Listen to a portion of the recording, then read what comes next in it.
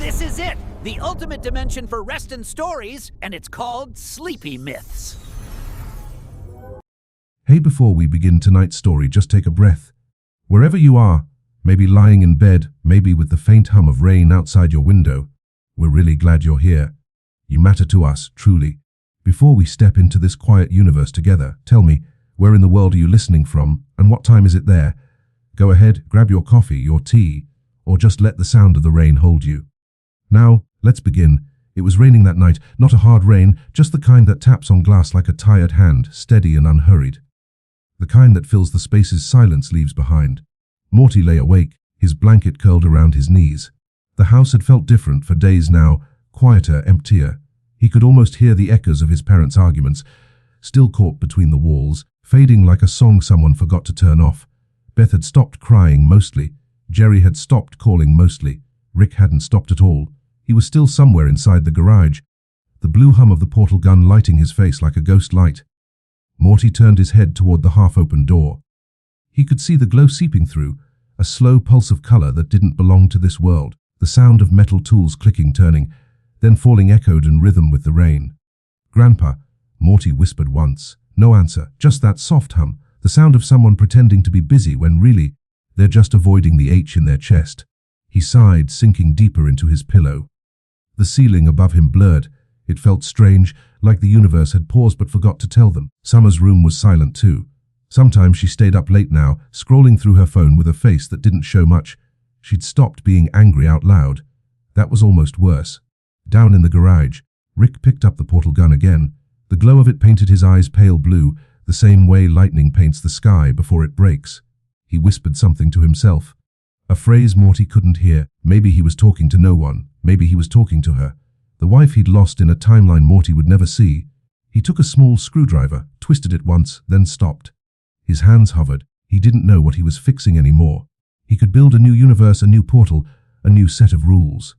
But he couldn't build peace. For a moment, his reflection flickered in the curved glass of the gun. Tired eyes, messy hair, a smudge of oil under his chin. He looked like someone who'd been awake for years. He laughed once, short, hollow, then gone. The rain grew softer. Morty turned on his side and listened. He remembered a time, not long ago, when his family would eat together. Not because they liked it, but because it was what families did. His dad would make jokes no one laughed at. His mom would roll her eyes but smile anyway. And Rick would sit at the end of the table, tinkering with something even during dinner, pretending not to care but always sitting close enough to listen. Now that table felt like an artifact. Something left behind after an extinction. Morty pulled the blanket up to his face. The air smelled faintly like rain and soldering metal.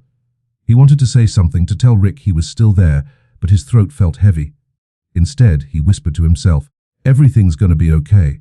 It didn't sound convincing.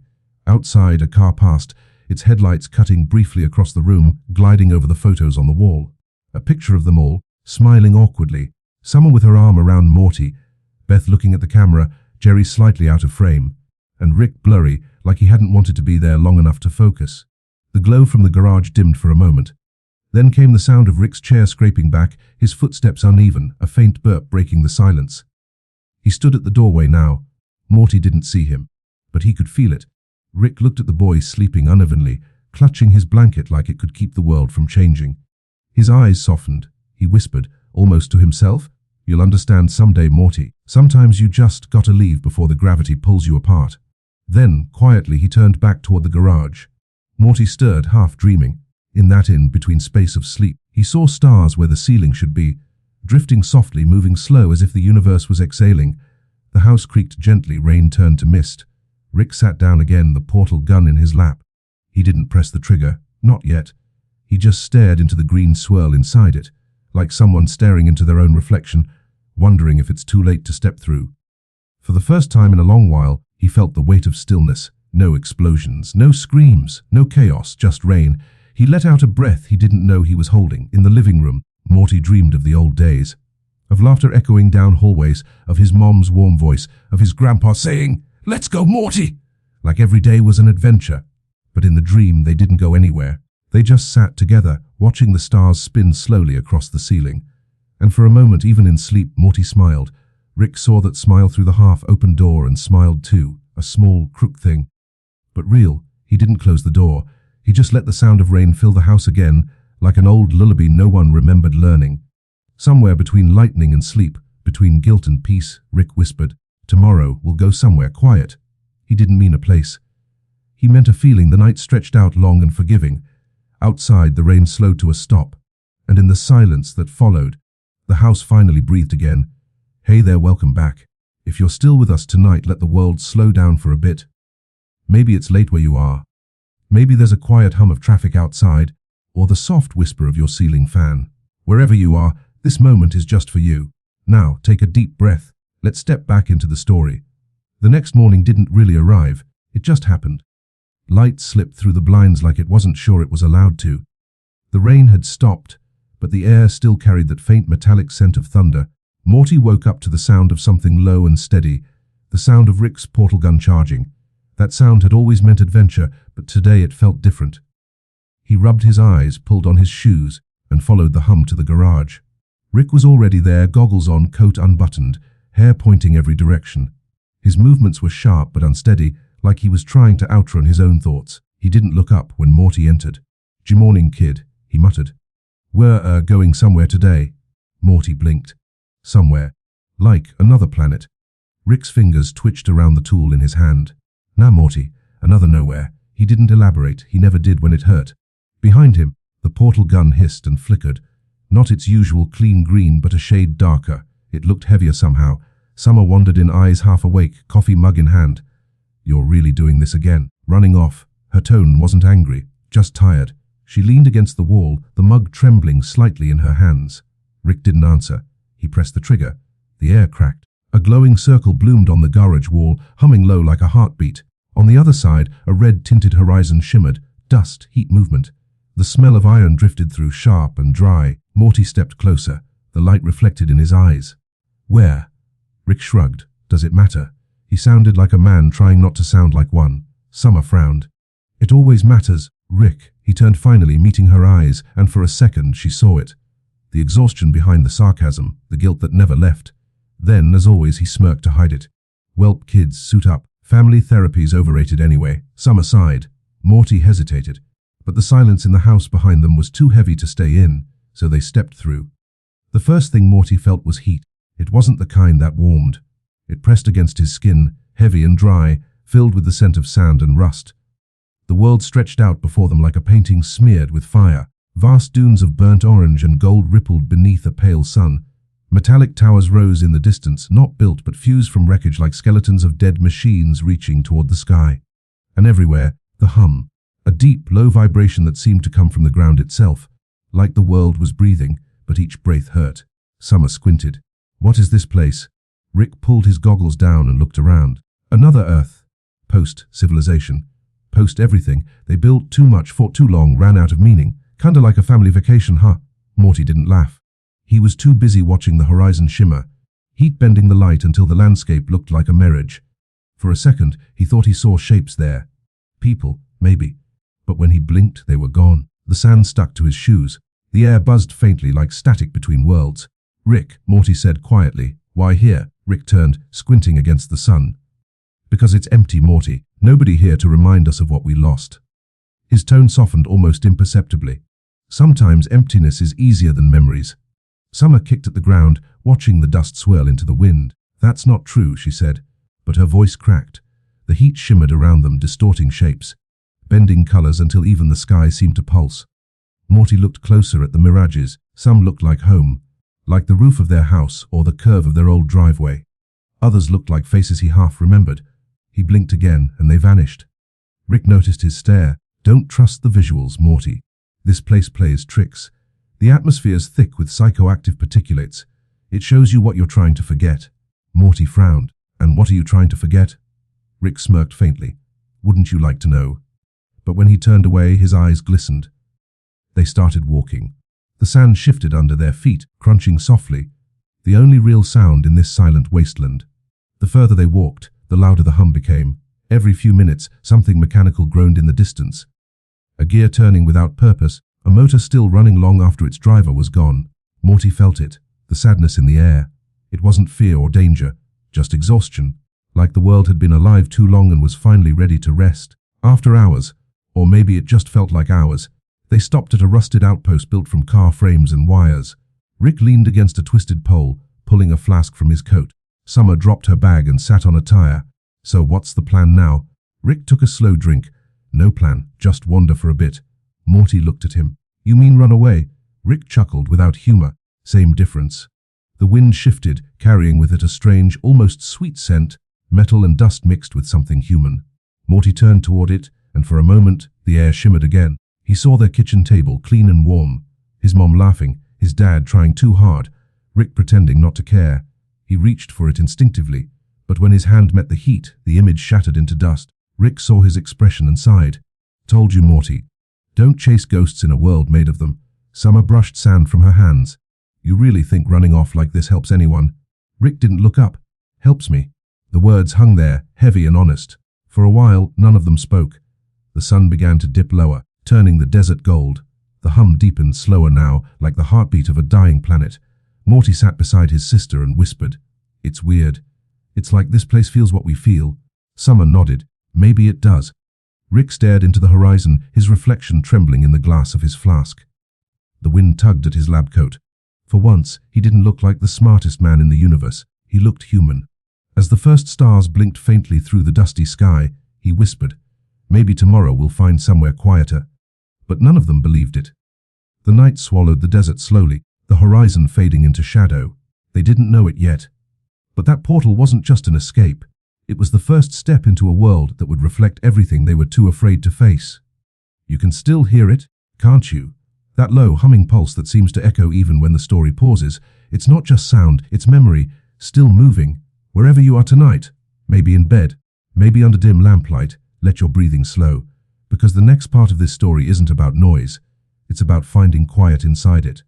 The desert changed when morning came. Morty woke to the sound of wind clinking through rusted metal, like 1,000 tiny bells strung across a sleeping god. The sky wasn't blue, it was a bleached grey, smudged with streaks of oil smoke that stretched forever. Around them, the world had started to move. Engines roared across the dunes, not like cars, not like machines Morty had ever seen. These were beasts made of bone and metal, powered by noise itself. Wheels as tall as houses spun through the dust, dragging shattered buildings behind them. Every roar felt alive. Summer stood, squinting through the glare. It's like the whole planet's moving, she whispered. Rick was already tinkering with something, the glint of his tools catching in the sun. This world runs on motion, he said. Entropy's been outlawed. Stillness is death. Morty frowned. What does that even mean? Rick smirked without looking up. Means they're terrified of stopping. Morty, everyone here keeps the engines going because if they stop they'd have to listen to themselves. His words drifted into the wind. Morty didn't fully understand them, but somehow, he felt them. They started walking again, climbing over mounds of wreckage and burnt rubber. Every few minutes another machine would roar past, its driver masked, covered in dust, eyes hidden behind glass. They never stopped, not once. Morty stared after them. They don't even look human. Who says they are? Rick muttered. Summer picked up a piece of twisted metal, running her thumb over the grooves. They built a world that never sleeps. Rick nodded faintly. Yeah, we all do, in our own ways. They reached a ridge that overlooked what must have once been a city. Now, it was a maze of moving parts, conveyor belts carrying scrap, gears grinding against each other, towers breathing steam. Morty leaned forward, eyes wide. It's alive. Rick tilted his head.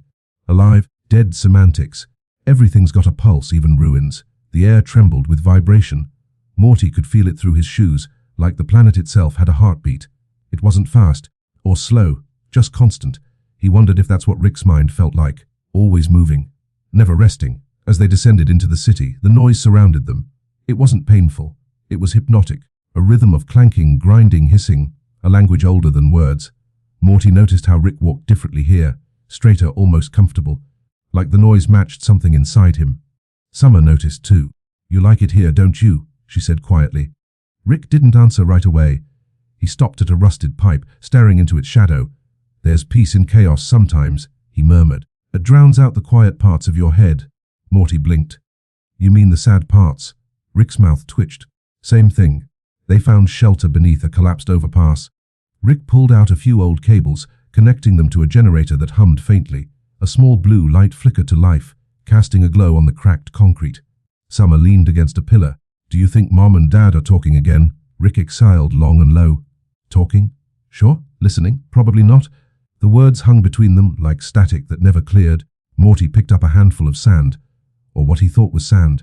It glittered strangely, fine bits of metal mixed with dust. When he let it fall through his fingers, it sounded like rain. He smiled faintly. It's like the desert remembers things. Rick looked at him for a moment, really looked, then nodded. Everything remembers, Morty, even junk. The noise outside swelled again, engines revving, chains clattering. Through the opening in the concrete, they could see riders passing by, their silhouettes framed in smoke. Each one looked lost, chasing something they couldn't name. Summer crossed her arms. You think they even know why they're doing it? Rick chuckled softly. That's the trick of it, kid. Nobody ever does. You just keep the engine running, tell yourself you're getting somewhere. Morty's voice was barely a whisper. Are we getting somewhere? Rick turned the wrench in his hand, eyes unfocused. Ask me when the noise stops. That night, the sky glowed a dull red, the reflection of fire and fuel. The air pulsed with the sound of machines, but underneath it all, there was another sound. A rhythm. Morty lay on his back listening. It wasn't random. It came in waves, loud, then soft, like breathing. He sat up. Rick, he whispered, I think the planet's alive. Rick didn't open his eyes. Everything's alive, Morty, even when it's dying. Summer shifted in her sleep, mumbling something about home. Rick pulled his coat tighter and stared at the faint blue of his portal gun beside him. The glow reflected in his eyes. Tired, distant, he whispered to himself, maybe that's why I came here. Morty tilted his head. What? Rick blinked, realizing Morty had heard. Nothing, Morty. Just this place understands me. Morty frowned, his voice soft. Because it's broken. Rick's laugh was quiet, almost kind. Yeah, because it's broken. The engines rumbled far into the night. Morty closed his eyes, trying to match their rhythm to his heartbeat. It almost worked. He thought about the people speeding through the dark, chasing things that didn't matter anymore. He thought about his family, scattered but connected, like sparks from the same fire. He thought about Rick, sitting there, silent, pretending to be fine. And as the wind carried the scent of oil and heat, Morty finally drifted to sleep, not peacefully, but with understanding. Because he knew now that sometimes chaos isn't the opposite of calm. It's just another way of hiding it. The story slows down here, like the hush before a storm that never truly breaks. If you're listening late at night, let your eyes soften. Let the words drift, like heat mirages in the distance. Because this part isn't about anger. It's about what hides beneath it, the ache that comes from loving too loudly and losing too soon. The sun here never really set. It only sagged into a dull red haze, hanging low enough to sting. The air shimmered, every shadow was sharp, every sound seemed to echo too long. Morty sat by the wrecked ship, drawing lines in the dirt with a piece of wire. The lines never connected. Summer was gone again. She'd left before dawn, no note, no sound, just the faint imprint of her boots leading toward the dunes.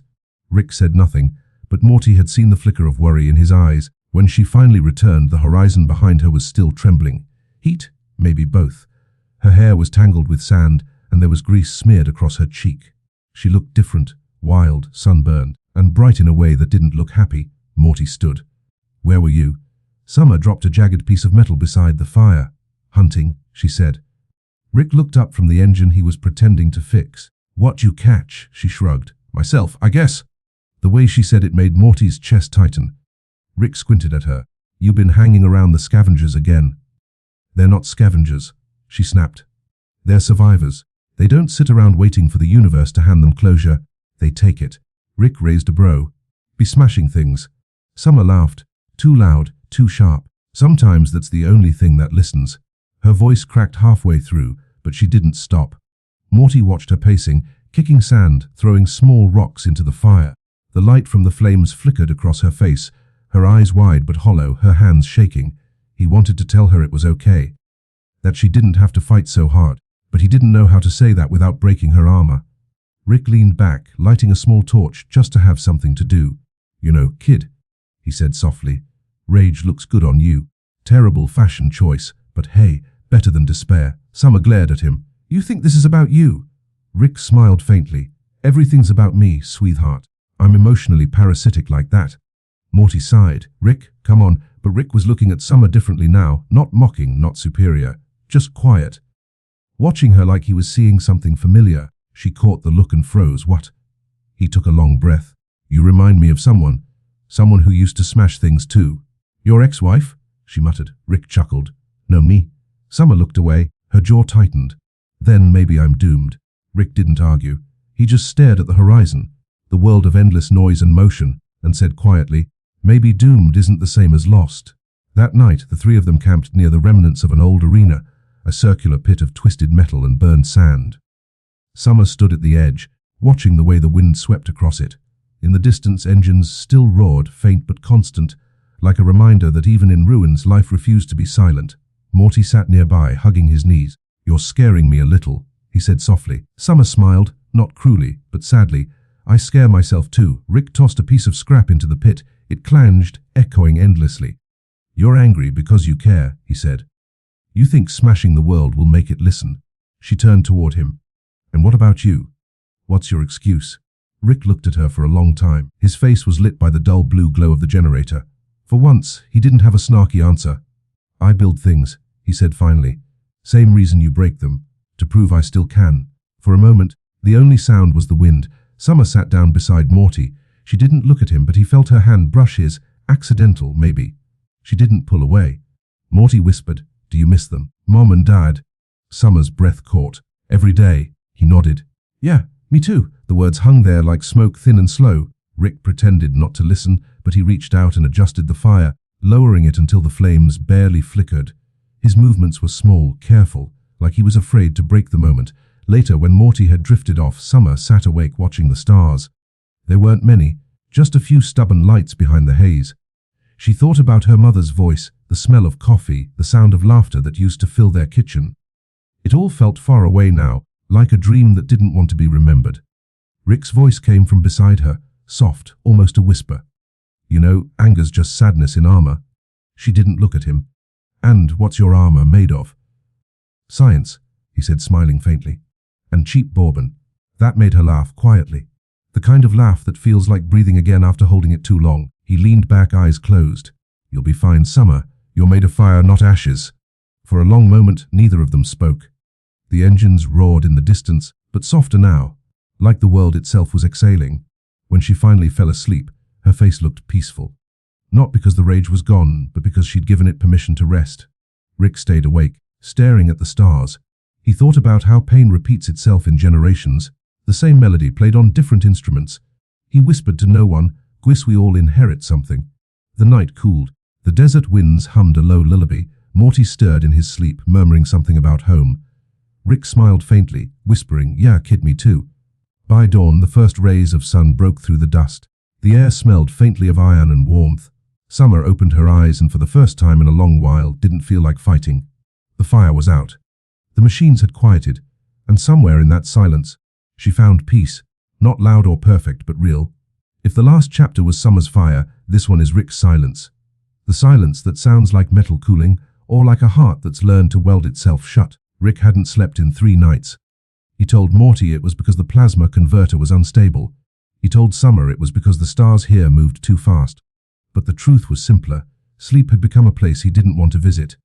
He sat beneath the cracked dome of their ship, a half-empty bottle beside him, the faint hum of machinery crawling under his skin. The desert outside was quiet now, almost peaceful. Too peaceful.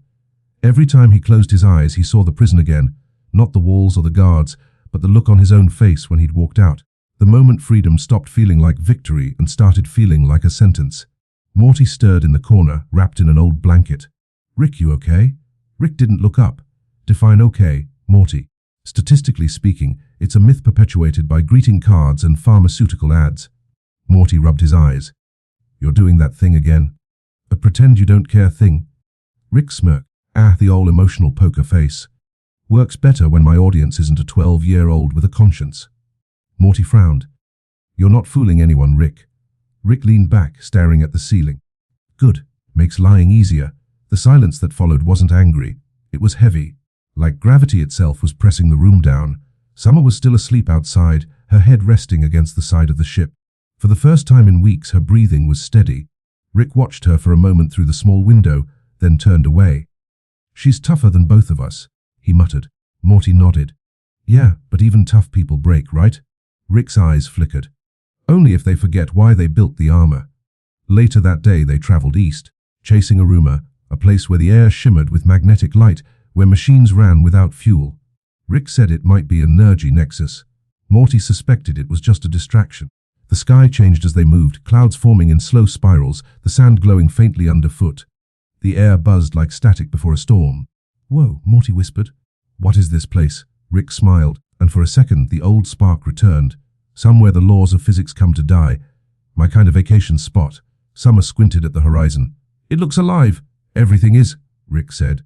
"Even things that shouldn't be." They stepped into a clearing where the ground pulsed softly, veins of light weaving through the dirt. Rick knelt down, pulling a small device from his belt. "Energy signatures like this don't happen naturally," he murmured. "Somebody built this." "Built what?" Morty asked. Rick didn't answer. His expression changed, from curiosity to recognition to something close to fear. He whispered, "This is my work." Summer blinked. "Wait, what?" Rick stood slowly.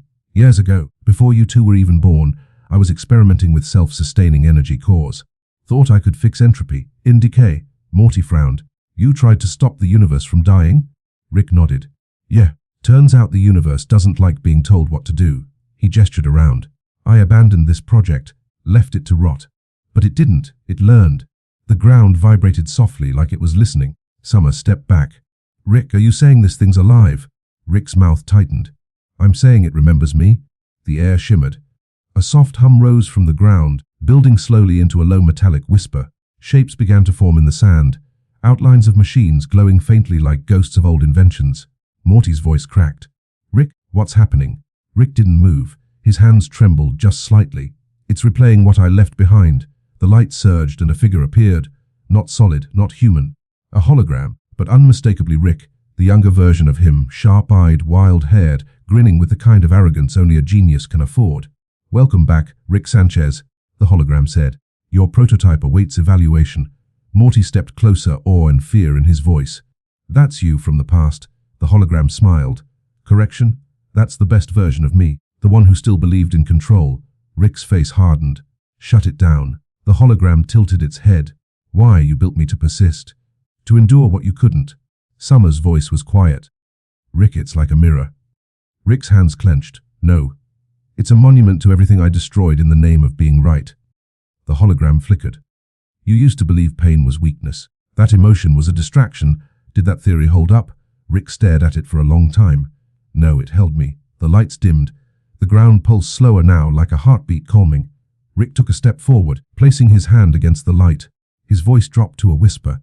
"You can stop now. You did your job." The hologram flickered once more. "If I stop, what becomes of you?" Rick smiled sadly. "Maybe I finally learned to be human again." With that, the light faded, leaving only the soft hum of wind over the sand. Summer approached quietly. "You okay?" Rick exhaled, "No, but I'm lighter." Morty frowned. "That thing, it knew you better than anyone." Rick nodded. "Yeah, that's the problem." That night, they made camp on the ridge above the glowing field. The faint light painted their faces in pale blue. Summer leaned against Morty, half asleep. "He's different," she murmured. Morty glanced at Rick, who sat staring at the stars. "Yeah, maybe he's finally tired of pretending." Rick sipped from his flask but didn't drink much. For once, the silence didn't feel empty. It felt earned. He whispered to himself, "I built machines to cheat death. But maybe the real trick is learning how to live with it." Hours passed. The light below them dimmed until it was nothing but a dull shimmer, like a buried secret finally at rest. Rick closed his eyes, letting the desert wind brush against his face. For the first time in what felt like decades, he wasn't running. Not from prisons, not from guilt, not from himself. And somewhere in that stillness, Rick Sanchez, the man who had broken universes and rebuilt them, finally allowed himself to feel small. Small and free. The days in the wasteland no longer blurred for Morty. They began to breathe. At first, it had all looked like chaos storms that came without warning, machines that howled through the night, skies that changed colors as if they couldn't decide what world they belonged to. But the longer they stayed, the more Morty began to notice something beneath the noise. A pattern. It started with the wind. Every evening just before dusk, the air would go still. Then, like clockwork, a low hum would rise from the sand. It wasn't random. It had a rhythm, a pulse, like the heartbeat of a sleeping giant. Morty stood on the ridge one evening listening. Summer was collecting scrap near the ship, and Rick was lost somewhere deep in his tools again, pretending not to care about the silence between them. Morty closed his eyes and let the hum surround him. It wasn't scary anymore. It was alive. He whispered, "You're breathing, aren't you?" The desert didn't answer, but it didn't have to. He could feel it. Later that night, the storms came. Sand whipped around the ship, painting the sky in gold and silver dust. Morty sat awake, watching the way the lightning flashed across the dunes. Always in threes, always toward the same direction. Rick walked in, sleep-deprived and half-drunk. "You counting lightning strikes now, Morty? Planning to join the Weather Channel?" Morty shook his head. "No. I think there's a pattern to all this," Rick grunted. "Yeah, it's called chaos. The universe runs on it." Morty frowned. "No, Rick. It's not chaos. It's like a song. Everything out here, it repeats. The wind, the sand, even the metal. It's like the wasteland's alive." Rick smirked. "Congratulations, Morty. You've discovered poetry. Unfortunately, poetry doesn't fix the engine." Morty looked out the window, unbothered. "You just don't listen long enough." The next morning, Morty decided to test his theory. He walked out alone into the dunes. No portal gun, no gadgets, just his own 2 feet and a strange sense of trust in the quiet. The sun was still low, and the ground was cool under his shoes. Every few steps, he would stop, listen, and wait. There it was, the hum again, faint, steady, almost like the world itself was whispering instructions. He took another step, then another. He started to notice how the dust lifted in small swirls, spinning in the same direction each time. He noticed the faint vibration under his feet when he got too close to a buried engine or an old wreck. The wasteland wasn't dead. It was just sleeping. Back at the ship, Rick was pacing. Summer, where the hell's the kid?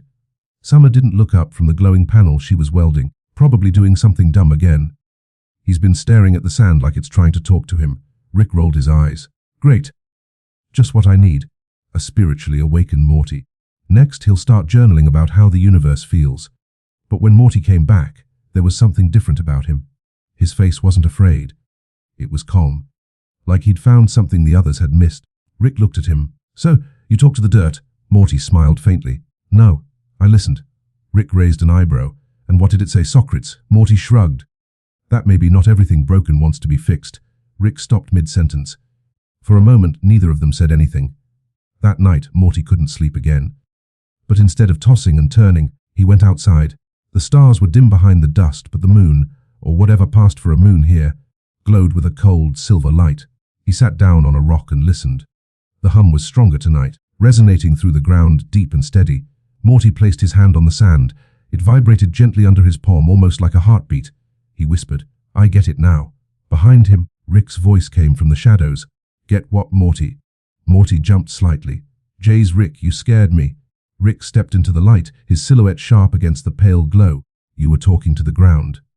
"Thought I'd interrupt before you started hugging rocks." Morty looked back at the sand. "It's not crazy, Rick. There's a rhythm to this place. You just have to stop fighting it." Rick folded his arms. "Rhythm, huh? You sound like one of those meditation apps." Morty stood up. "No, listen. Back home, everything's so loud. Everyone's arguing, yelling, moving so fast. But here, even though it's all broken and weird, it's still alive. Just slower." Rick's smirk softened. "Slower, huh? Sounds like you're learning something I forgot." Morty tilted his head. "What's that?" Rick stared at the horizon. "How to stop running." The wind picked up again, whispering through the metal scraps scattered across the dunes.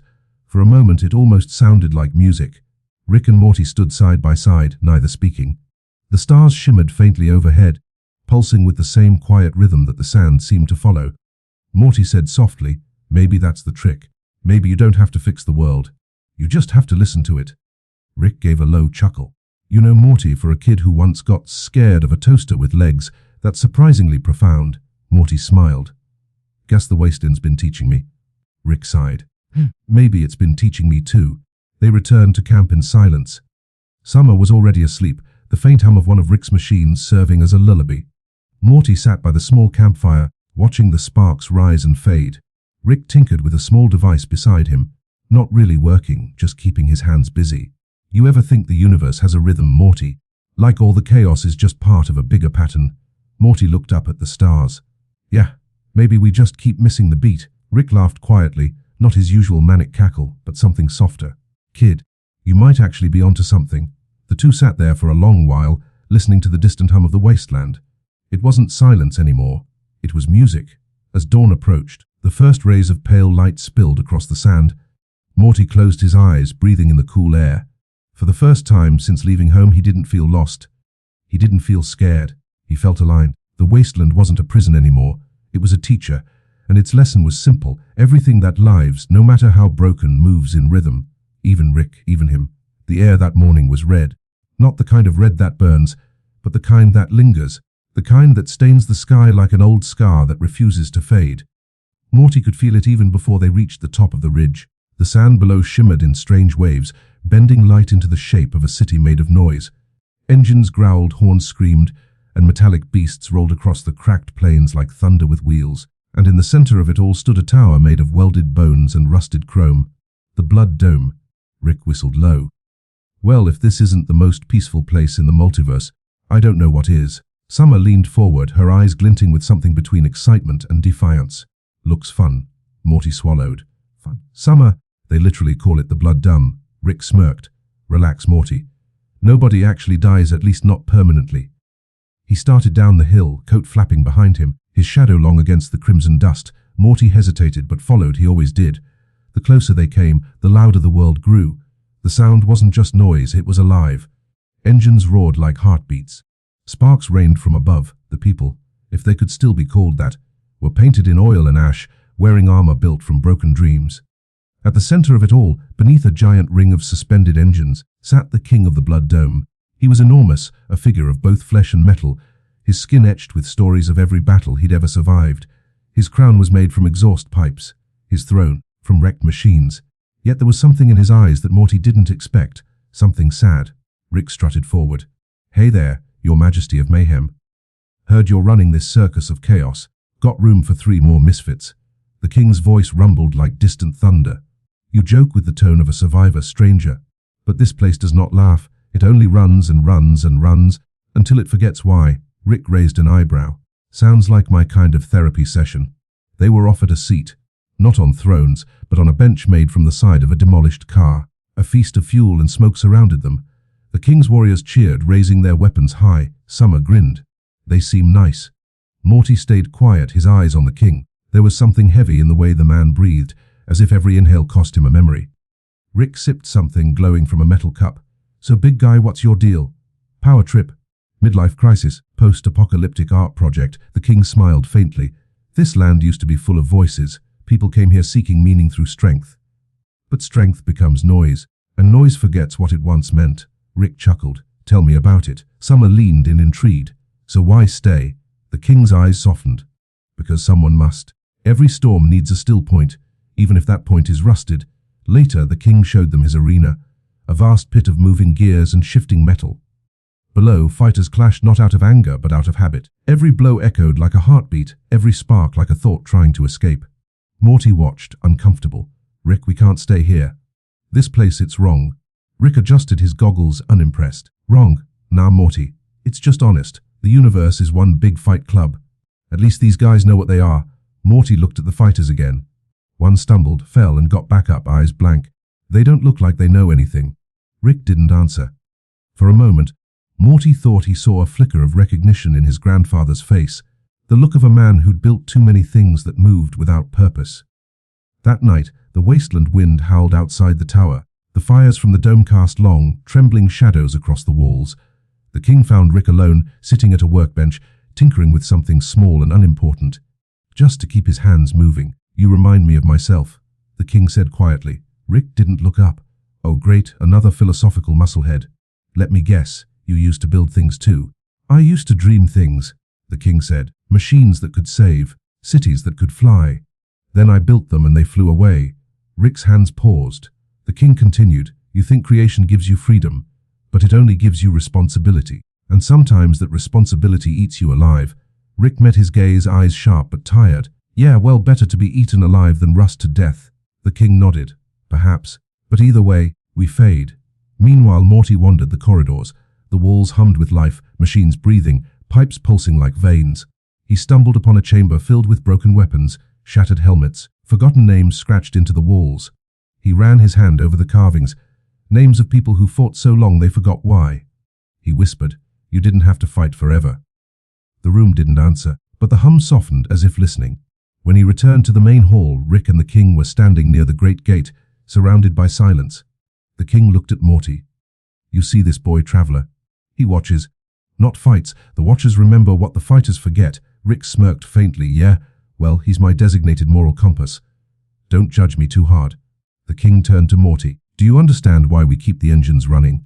Morty hesitated. Because if they stop, it'll be quiet. The king smiled sadly. Yes, and quiet is where the truth lives. Morty frowned. Then, maybe it's okay to stop sometimes. The king closed his eyes. For a moment, his massive frame seemed smaller. Perhaps you are right. The next morning, when the trio prepared to leave, the king gave Summer a blade carved from glass and light. To Morty he gave nothing but a nod, a silent acknowledgement. To Rick he offered a small cog, blackened and worn. Rick twirled it in his fingers. A souvenir, the king said. A reminder, even engines must rest. Rick's smirk faltered. He pocketed it. They left through a cloud of rising dust, the dome fading behind them until it was only a distant hum. Morty looked back once, just as the sun broke through the red clouds. The tower glowed for a moment, not menacing, but peaceful. Like a machine finally exiling. Rick adjusted his coat. Well, Morty, looks like we survived another therapy session disguised as a death arena. Morty smiled softly. Yeah, maybe that's what it was. Summer added, at least we didn't die. That's character growth, right? Rick chuckled. In this family, kid, that's practically enlightenment. As the ship lifted off, Morty watched the blood dome vanish beneath the horizon. For the first time, he didn't feel afraid of what they'd seen. He just felt quiet.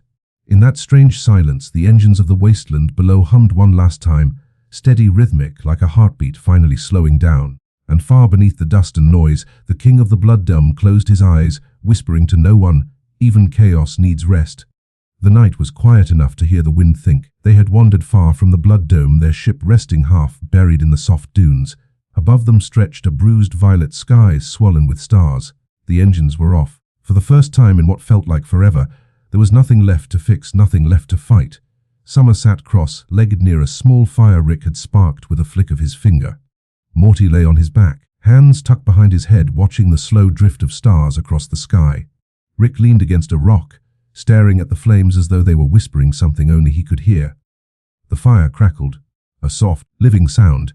It wasn't loud like the engines or cruel like the wind. It was human. Morty turned his head. Do you think that guy, the king, ever really wanted to rule anything? Rick didn't look up. Nobody ever wants to rule anything, Morty. They just don't want to be ruled by something worse. Summer poked the fire with a metal rod, sparks floating like tiny spirits. He looked sad. Rick snorted lightly. Yeah, well, power's the universe's biggest antidepressant until it stops working. Morty smiled faintly. You say that like you've tried it. Rick finally looked over. His eyes were shadowed, but there was no sarcasm in his voice when he said, Kid, I invented it. The silence that followed wasn't awkward. It was full, like the pause between two waves. After a while, Summer reached into her jacket and pulled out the glass blade the king had given her. It caught the firelight, glowing faintly, almost breathing. What do you think it means? She asked, holding it up. Rick squinted. Probably that you remind him of himself, angry, reckless, terrifyingly competent. Great combo, by the way. Summer smirked. Maybe he just thought I looked cool. Yeah, maybe, Rick murmured, his voice softening. Or maybe he saw a kid trying to feel strong in a world that keeps falling apart. She didn't answer right away. The fire popped, sending a few tiny embers floating into the night. One landed on her boot and died there, leaving no mark. You think that's what I am? She asked quietly. Rick tilted his head back against the rock. I think you're surviving. There's a difference. Morty sat up, brushing sand off his sleeves. I don't get it. Why do we keep finding worlds that look broken? Like every time we go somewhere new, it's just another version of messed up. Rick's gaze lingered on the fire. Because broken places don't hide from me, Morty. They see me coming and they open their doors. Morty frowned. That's kinda sad, Rick shrugged. Sadness is just honesty in disguise. The boy looked down at his hands. Then what's happiness? Rick smiled, a real, fragile smile. Happiness is the lie we tell when the honesty gets too heavy. Morty didn't answer. He just stared into the fire, watching it move like a heartbeat. He thought about home, about Beth's quiet voice, Jerry's clumsy hands, the way Summer used to hum when she brushed her hair. The sound felt far away now, but still warm, like light seen through water. The conversation drifted soft as the flames. Summer leaned against Rick's shoulder. You ever miss it? Home, Rick exhaled slowly. Home's a funny word. Sometimes it's a place, sometimes it's a person. Sometimes it's just a night that doesn't hurt. Morty whispered. Do you ever think we'll stop running? Rick chuckled, not mockingly but tenderly. I've stopped 1,000 times, Morty. The trick is staying stopped. For a while, no one spoke.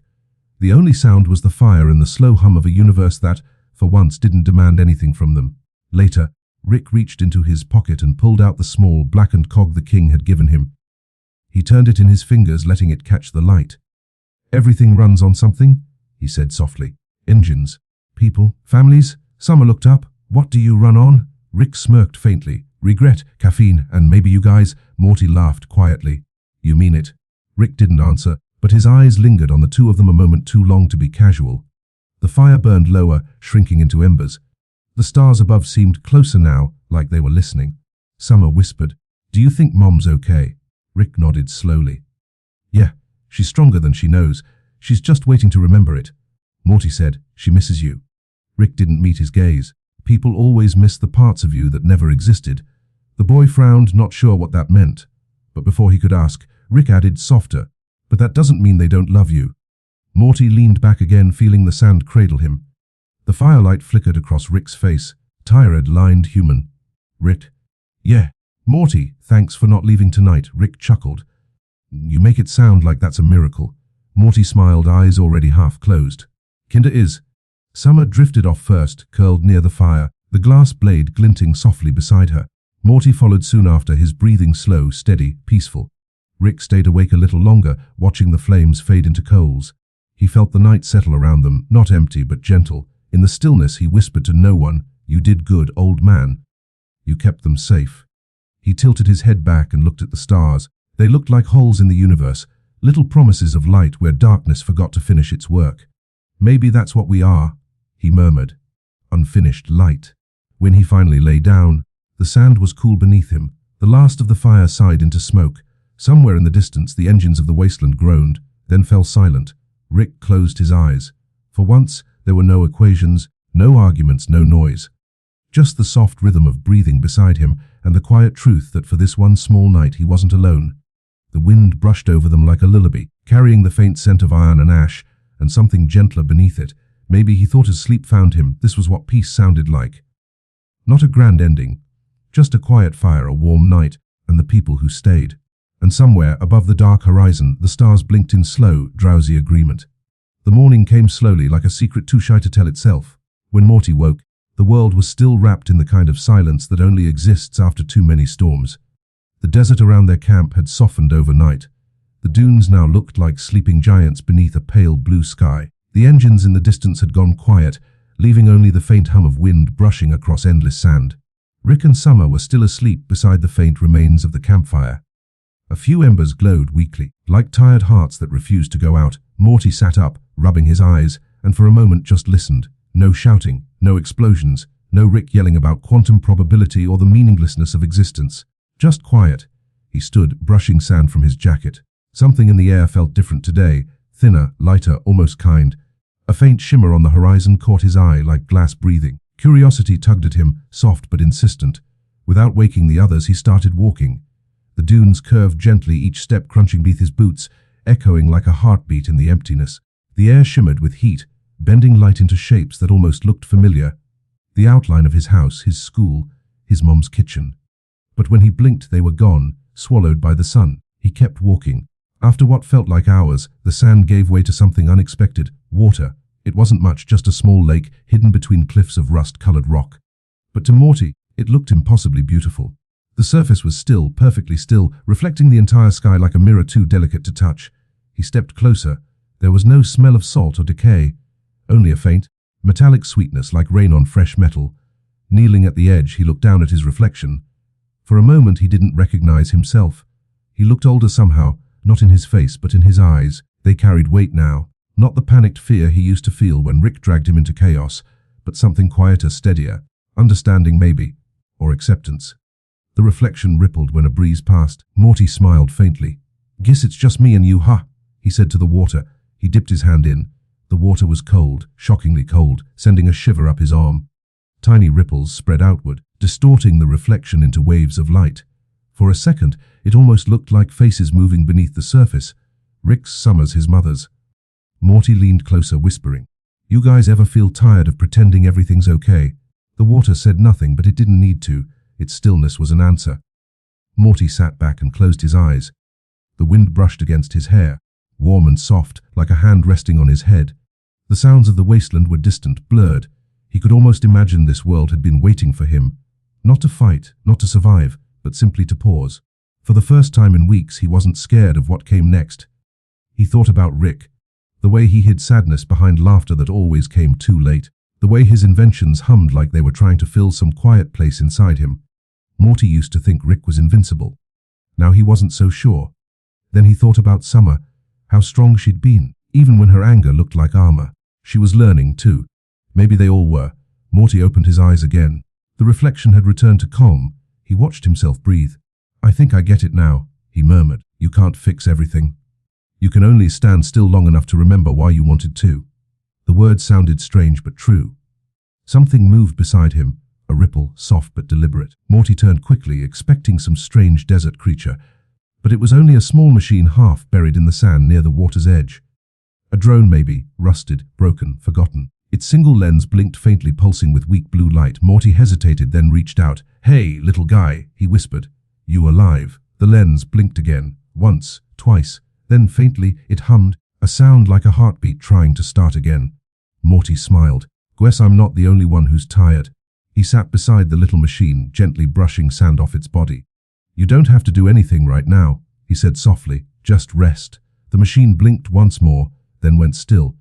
Morty looked back at the water. For some reason, it felt like the lake had grown warmer, like it approved.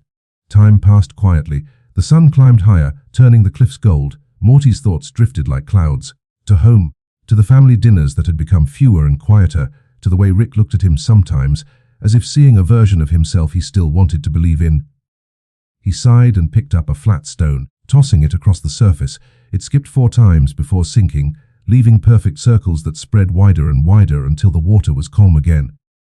Each ripple reminded him of something, the way every action, every word, every silence between them seemed to echo longer than it should. Maybe, he thought, that's what family really was. Not perfection, not endless joy, but the ripples that never stopped moving. When Morty finally stood, the sky had shifted toward orange. The wind had cooled. Behind him, the path back to camp waited like a soft invitation. He looked one last time at the lake. The reflection of the cliffs and sky shimmered, and for an instant, he thought he saw Rick standing beside him, older, smiling faintly. "Yeah," Morty whispered to the phantom. "I think I'm okay now." Then he turned and began walking back. By the time he returned, the sun was low. Summer was awake, sharpening her glass blade on a stone, her hair glowing in the firelight. Rick sat nearby, working on a small device that hummed softly in his hands. Morty didn't say anything. He just sat beside them, quietly, comfortably. Rick looked up briefly. "Where'd you go, kid?" Morty smiled. "Nowhere important. Just somewhere quiet." Rick raised an eyebrow but didn't press. Instead, he handed Morty a small canteen of water. "Careful," he said. "It's from a world where hydration gives you mild emotional clarity." Morty laughed. "Guess I could use that." He took a sip. The water was cool and clean. For a moment, he thought he could still taste the lake, still see his reflection staring back. As night fell, the stars returned, brighter than before, as if something invisible had been cleared from the sky. Morty leaned back, closing his eyes. The rhythm of the desert pulsed softly around them, the hum of wind, the crackle of fire, the faint sound of Rick's tools. For the first time in a long while, Morty didn't feel like he was running from anything. He wasn't chasing Rick or escaping his parents, or trying to understand the chaos of every world they'd touched. He was simply there. Still, and in that stillness the universe, vast, broken, beautiful, finally felt like home. The desert cooled slowly that evening, as if reluctant to let go of the day's heat. The sky was painted in long bruises of violet and gold, and the last breath of sunlight stretched over the dunes before vanishing entirely. Summer sat alone near the campfire, her knees drawn to her chest, watching the orange embers pulse and fade like slow, steady heartbeats. She had stopped talking hours ago. Even Rick, who always filled silence with noise, had left her space, tinkering quietly by the ship, half pretending not to care. Morty was asleep under the ship's shadow, dreaming softly. The faint rhythm of his breathing mixed with the desert wind. But Summer stayed awake. She had learned that night wasn't the enemy. It was the mirror. The darker it grew, the more clearly she could see herself. The sound of engines from the distant blood dome had finally died away. For the first time in weeks, the wasteland was still. The world that had once demanded strength, fury and defiance had gone to sleep, leaving her alone with the quiet hum of her thoughts. Summer traced the scar on her wrist, a thin, pale reminder of some fight she couldn't even remember clearly. There had been so many, every cut, every bruise had become a language she'd used to tell the world she wasn't weak. But now in this soft half-darkness, she wondered if she had ever needed to prove that at all. She glanced toward Rick. He was hunched over a small device, the blue light from his tools glowing faintly on his face. For a moment, she thought she saw sadness there, deep and old, hidden behind layers of science and sarcasm. It was strange. She had always seen Rick as untouchable, like a storm that could never end. But lately, she had started noticing the cracks. The way his jokes landed softer. The way he sometimes looked at her like he was remembering someone else. Maybe she thought they were all just trying not to cry. "Hey, Rick," she called quietly. He didn't look up. "Yeah, what's up?" Mad Maxine. She smiled faintly at the nickname. "Do you ever get tired of being strong all the time?" Rick froze for a moment, a pause so small most people would have missed it. Then he resumed fiddling with a wire. "Strength's a scam, kid. The universe runs on entropy, not endurance. You hold it together until you don't. Then you fall apart. Rinse, repeat." Summer stared into the fire. "That's comforting." Rick smirked without looking at her. "Hey, you asked?" But his voice was quieter now, like someone who didn't want to wake old ghosts. For a while, neither of them spoke. The stars began to appear one by one, faint at first, then stronger, filling the sky with quiet company. Summer reached into her pocket and pulled out a small piece of metal, part of an engine she'd broken earlier in a fit of rage. She turned it over in her hand, feeling its weight, its coolness. "I keep breaking things," she said softly. "Machines, walls, people. It's like I don't know how to stop." Rick finally looked at her. His eyes were tired, but not unkind. "You break things so you don't have to break yourself." The words sank between them like dust settling. Summer blinked, and for a moment tears threatened. But none came. Her throat tightened, her chest ached. Yet somehow she couldn't cry. Maybe she'd run out. Maybe crying had become another thing she didn't know how to do anymore. Rick stood slowly, joints cracking, and shuffled toward her. He knelt beside the fire and held out something small, a pendant, circular, silver, with a faintly glowing blue center that pulsed gently like a heartbeat. "What's this?" Summer asked, voice barely a whisper. Rick shrugged. "Just a little experiment. It picks up on bioelectric frequency, translates it into a hum." Summer tilted her head. "What's it supposed to do?" He looked at her, really looked at her, with an expression so rare she almost didn't recognize it. "Remind you that you're still alive." The hum was soft at first, a faint vibration in her palm. Then, slowly, it grew steady, rhythmic, soothing, almost human. Summer stared at it, her reflection shimmering in the silver. The sound wasn't loud, but it filled the empty spaces inside her that words couldn't reach. She closed her fingers around it and exhaled. The desert wind shifted, carrying the faint scent of rain that never quite arrived. The campfire cracked softly, its flames curling in gentle shapes. Rick sat down beside her, not speaking, just existing. For a long while, they sat together in silence. Two silhouettes framed by the glow of dying embers, neither needing to explain what the other already knew. Summer thought of all the times she'd tried to be the loudest, the toughest, the one who wouldn't break. But here, in this soft moment, she realized something. She didn't need to fight to prove she mattered. She just needed to stay. Her heartbeat began to sync with the hum of the pendant. Steady, peaceful, real. When she finally lay down, she didn't reach for a weapon or her armor. She wrapped her fingers around the glowing pendant instead, pressing it against her chest. The light pulsed through her, not strong, not weak, just warm. Rick watched her quietly from where he sat. For the first time in weeks, her face looked calm. He muttered something under his breath, a mix of pride and regret, and turned back to his tools. But his hands didn't move for a while. He just stared at the stars, at the strange quiet they offered. The night deepened, the fire died to ash, and for the first time in what felt like forever, Summer slept without tears. The wasteland outside shifted under moonlight, the sand whispering softly like lullabies. The engines in the far distance were silent, the blood domes dark. Even the machines seemed to pause, sensing the rare stillness that had settled over them. Rick adjusted his flask, took a slow sip, and exhaled. Gifts were all due for a little peace, he murmured. He glanced at Summer once more, the faint blue light of the pendant glowing through her fingers, and smiled faintly, the kind of smile that hides as much as it reveals. "Good job, kid," he said quietly. Then he turned his gaze back to the stars, ancient, unblinking, and endlessly patient, and let the silence hold him too. That night, no one cried, and somewhere in the distance, the desert too seemed to rest. The night after Summer finally slept was the quietest the wasteland had ever been. The stars hung lower, closer, as if curious about what came next. The air was still enough that every small sound, a sigh, a rustle, a mechanical hum, seemed amplified against the vast desert silence. Rick was the only one still awake. He sat cross-legged beside the ship, the soft glow of his tools casting blue circles across the sand. Around him lay scraps of metal circuits, and a strange translucent sphere pulsing faintly with light, something alive or trying to be. He wasn't sure yet. He had started building it without thinking, maybe out of habit, maybe out of loneliness. The way other people wrote letters they never sent, Rick built things that didn't need to exist. This one was different, though. It had begun as a failed weapon prototype, a defense drone meant to mimic enemy behavior. But somewhere along the line, as he replaced one part with another, as he adjusted its neural framework, he found himself reprogramming it to respond not to aggression, but to emotion. Not rage, not fear, just feeling. A ridiculous idea, a soft monster, he muttered to himself as he worked, voice dry and half asleep. You're gonna be the world's most useless killing machine. Congratulations, buddy. The machine didn't answer. Its glassy core only shimmered faintly, catching the starlight like a drop of dew.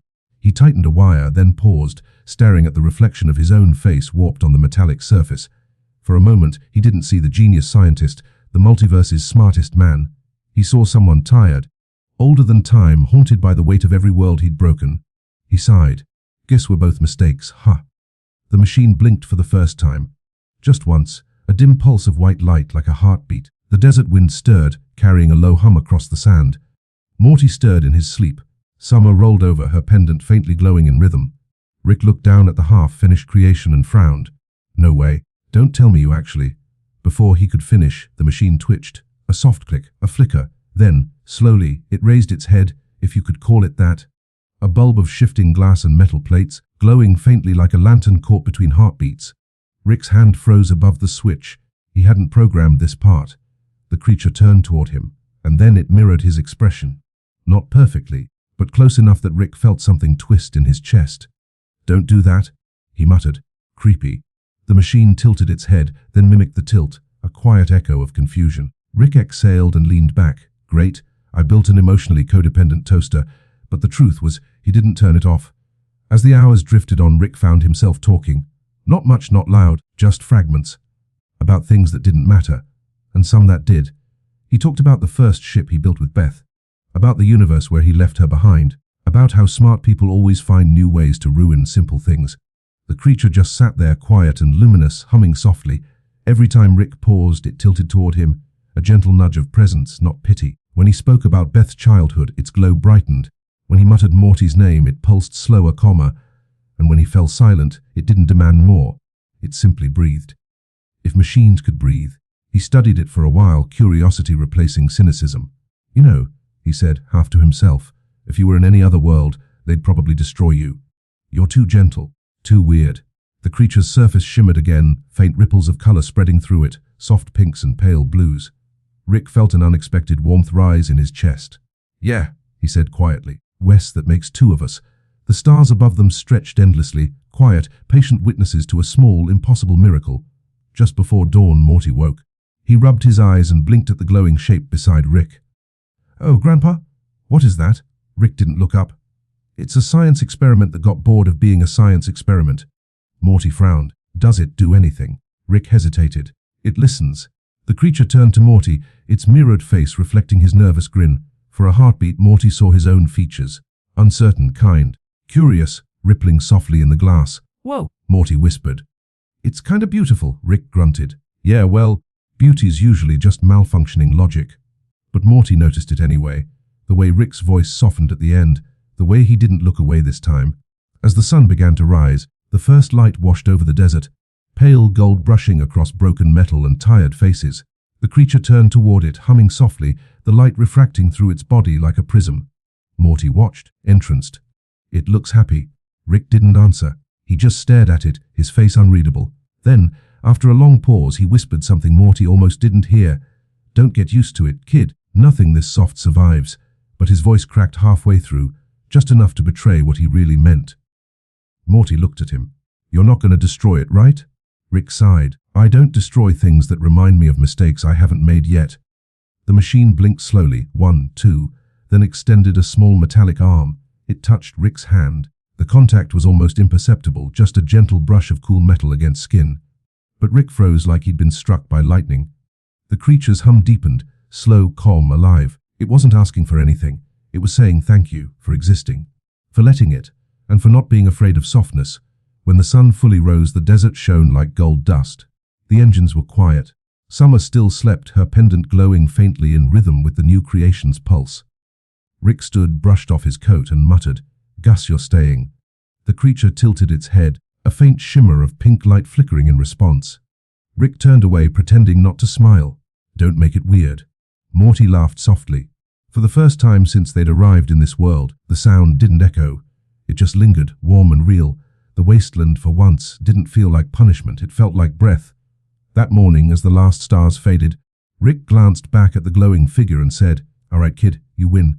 Not everything has to be broken." He started the ship, the hum blending perfectly with the creature's soft resonance, two different kinds of rhythm finding harmony. And for the first time, maybe ever, Rick didn't feel alone. By the time the sun reached its peak, the desert had gone utterly still. Not dead, just sleeping. There's a difference, Rick thought. Death was final. Sleep was a kind of mercy. The wasteland shimmered with heat, the air rippling like water, and even the wind had grown quiet, as if it were afraid to disturb something sacred. Inside the ship, Morty was curled up in the corner seat, blanket tangled around him, the new glowing creature resting like a faint lantern beside his chest.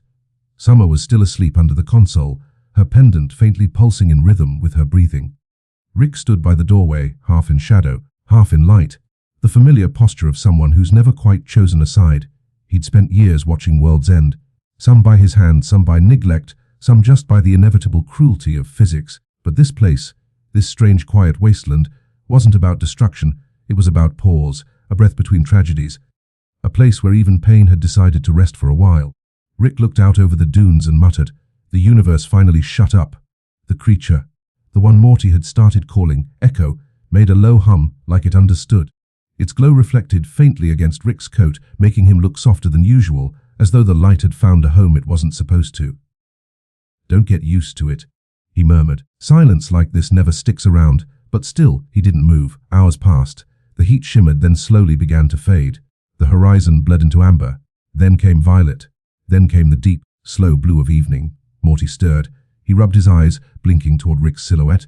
"Are we still here?" Rick didn't look back. "Yeah." "The ship needs rest. So do you." Morty frowned, still half asleep. "Ships don't need rest." Rick's voice softened, a strange, quiet tone Morty barely recognized. "Everything needs rest, kid, even the things that don't." Morty watched him for a moment longer, then smiled faintly and went back to sleep. Outside, the air cooled. The dunes cast long, sleepy shadows across one another. Every grain of sand seemed to sigh. Rick stepped out into the open, his boots crunching softly. He looked up at the stars beginning to reveal themselves again, countless and merciless and beautiful. He'd seen every corner of existence. He'd mapped realities, destroyed civilizations, rewritten physics out of boredom. But right now, all he could think about was how long it had been since he'd stood still long enough to feel gravity again. Echo drifted after him, a floating, humming companion that shimmered faintly in the dark. Rick sat down in the sand, the glow of the creature spread across the ground, illuminating his face in soft pink and blue hues. It looked like moonlight made of memory. "You ever notice," he said quietly, "how silence always sounds like something you've forgotten?" Echo blinked slowly as if recording the thought. "Yeah," Rick muttered. "Didn't think so." The wasteland began to breathe. A low wind rolled through, not cold but cool, gentle enough to carry dust without sting. The dunes shifted slightly, their edges smoothing, their peaks dissolving into one another like waves on a sleeping sea. Rick watched it unfold with a scientist's precision and a poet's exhaustion. The world wasn't dying, it was dreaming. Somewhere behind him, Summer murmured in her sleep. Morty mumbled something about pancakes. Echo pulsed quietly, sensing with the rhythm of the wind. It was the kind of peace Rick had never trusted. The kind that never lasted, but tonight he didn't chase it away. For the first time in years, Rick allowed his mind to wander without running. He thought of Beth, a young girl laughing under a wooden ceiling, stars painted on her wall. He thought of Morty's small hand gripping his sleeve on some forgotten planet. He thought of every universe that might have forgiven him if only he'd asked. He laughed quietly, the kind of laugh that comes from someone who's finally too tired to lie to themselves. "Turns out," he said, looking at the stars, "I've been fighting gravity my whole damn life." Echo tilted toward him, humming faintly. Rick whispered, "And gravity doesn't fight back, it just waits." He lay back on the sand. It was still warm from the day, soft like the surface of an old memory. Above him, the stars thickened. a slow tide of light spilling across the black. Every constellation seemed to lean closer, curious, like they'd been waiting for him to stop long enough to be seen. Echo hovered above his chest, its glow dimming in rhythm with his breathing. Morty's soft snores drifted from inside the ship. Summer turned in her sleep, the pendant around her neck flickering like a candle about to go out. Everything, every living, glowing, fragile thing, was at rest, even Rick. He closed his eyes, not because he wanted to sleep, but because, for the first time, he wasn't afraid of what he might see if he did. The darkness behind his eyelids was gentle, like the inside of a seashell. There were no memories of blood, no flashing lights, no screams. Just hums, soft ones. He imagined the wasteland stretching endlessly, folding itself into the quiet rhythm of the universe. Somewhere, a star went out. Somewhere else, one was born. He didn't need to control either. The universe was finally doing fine without him. Echo drifted lower, settling beside him like a loyal pet. Its light shimmered across the sand, drawing faint patterns that looked almost like waves. If you squinted, you could swear the dunes were breathing, a slow, vast heartbeat under the world. Rick exhaled and murmured, "You know what, kid? Maybe this is what freedom feels like." Echo blinked twice. Its glow flickered, once white, once gold, then stabilized again like a quiet nod.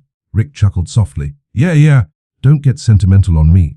But he didn't get up, didn't go back to the ship, didn't check a single gauge or tool or equation. He just let the desert hold him. Hours later, when the moon rose high and the ship's lights dimmed, the wasteland seemed to exhale a single sigh. It wasn't wind, it wasn't sound. It was something older, the kind of peace that doesn't announce itself. Echo's light pulsed faintly, then dimmed completely. Not gone, just resting. Rick's eyes stayed closed, his breath slow, steady. For once, there was no battle to win, no universe to fix, no one to impress. Just a man, a boy, a girl, and a soft machine, all asleep beneath a sky that had finally forgiven them. The quiet had become its own language. Days slipped by without counting, nights folded softly into one another. The wasteland slept, and so did they. Morty dreamed less. Summer spoke more softly. Even Rick, who once filled silence with theories, noise, and stubborn laughter, had started letting the quiet win. Until the sound came, a wet electric pop, the unmistakable crackle of a portal opening. The stillness broke like glass. Rick didn't move at first.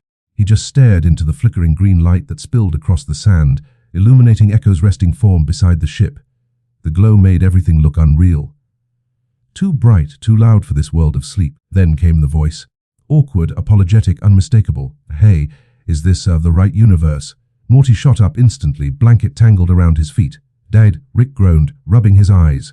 "Oh, for Christ's sake."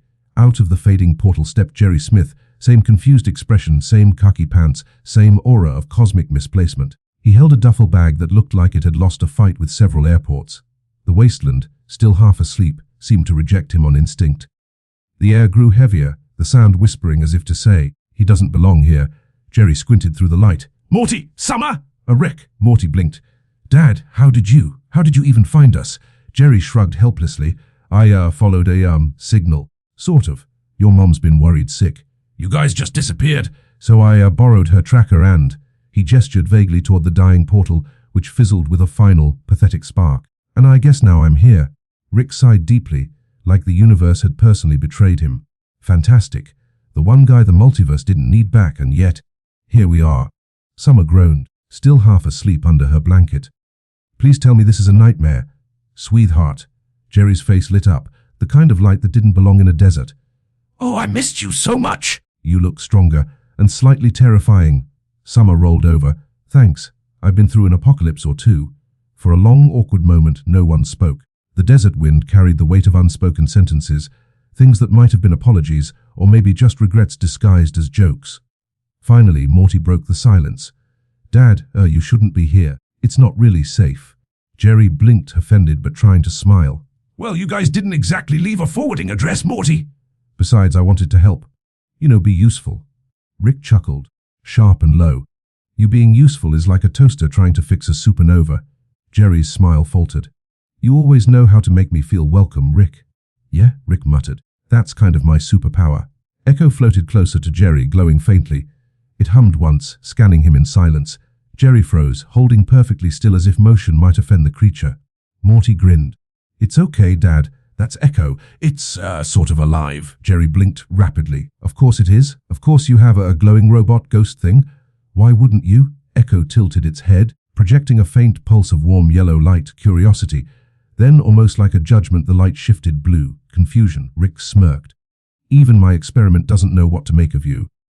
As night returned, the desert cooled again. Jerry sat awkwardly by the campfire while Rick tinkered with a small device, pretending not to listen to him talk. Morty leaned beside Summer, whispering, "Do you think he's really here to help?" Summer shrugged, eyes fixed on the fire. "Dad never really helps, Morty. He just exists near the problem until it gets solved by someone else." Morty smiled faintly. "Gwis, we're his problem now." Rick coughed. "Correction, he's the problem. You two are just collateral damage." Jerry poked at the sand with a stick. "You know, Rick, not everything I do is a disaster." Rick didn't look up. "Name one example." "Coming here," Jerry said, softer now. "I came because I miss my family. I just wanted to be where you guys are." The words hung there, fragile and clumsy, but real. For once, Rick didn't fire back. He just stared at the fire, jaw tight. The night deepened. Stars appeared, infinite, silent, patient witnesses. Jerry looked around, his eyes wide with wonder. "It's beautiful here. Lonely, but beautiful." Summer glanced at him, almost smiling. "It's not so bad once you stop trying to fix it." Rick grunted. "Some of us are allergic to peace, apparently." Jerry turned toward him. "Maybe you don't have to be." Rick, the older man, froze mid-sip from his flask. His eyes flicked up, sharp but unreadable. Jerry went on, awkward courage gathering in his voice. "I mean, look at you. You built all this? Traveled through everything, survived God knows what, and yet here you are, sitting by a campfire with your grandkids. Doesn't that mean something?" Rick looked back at the flames.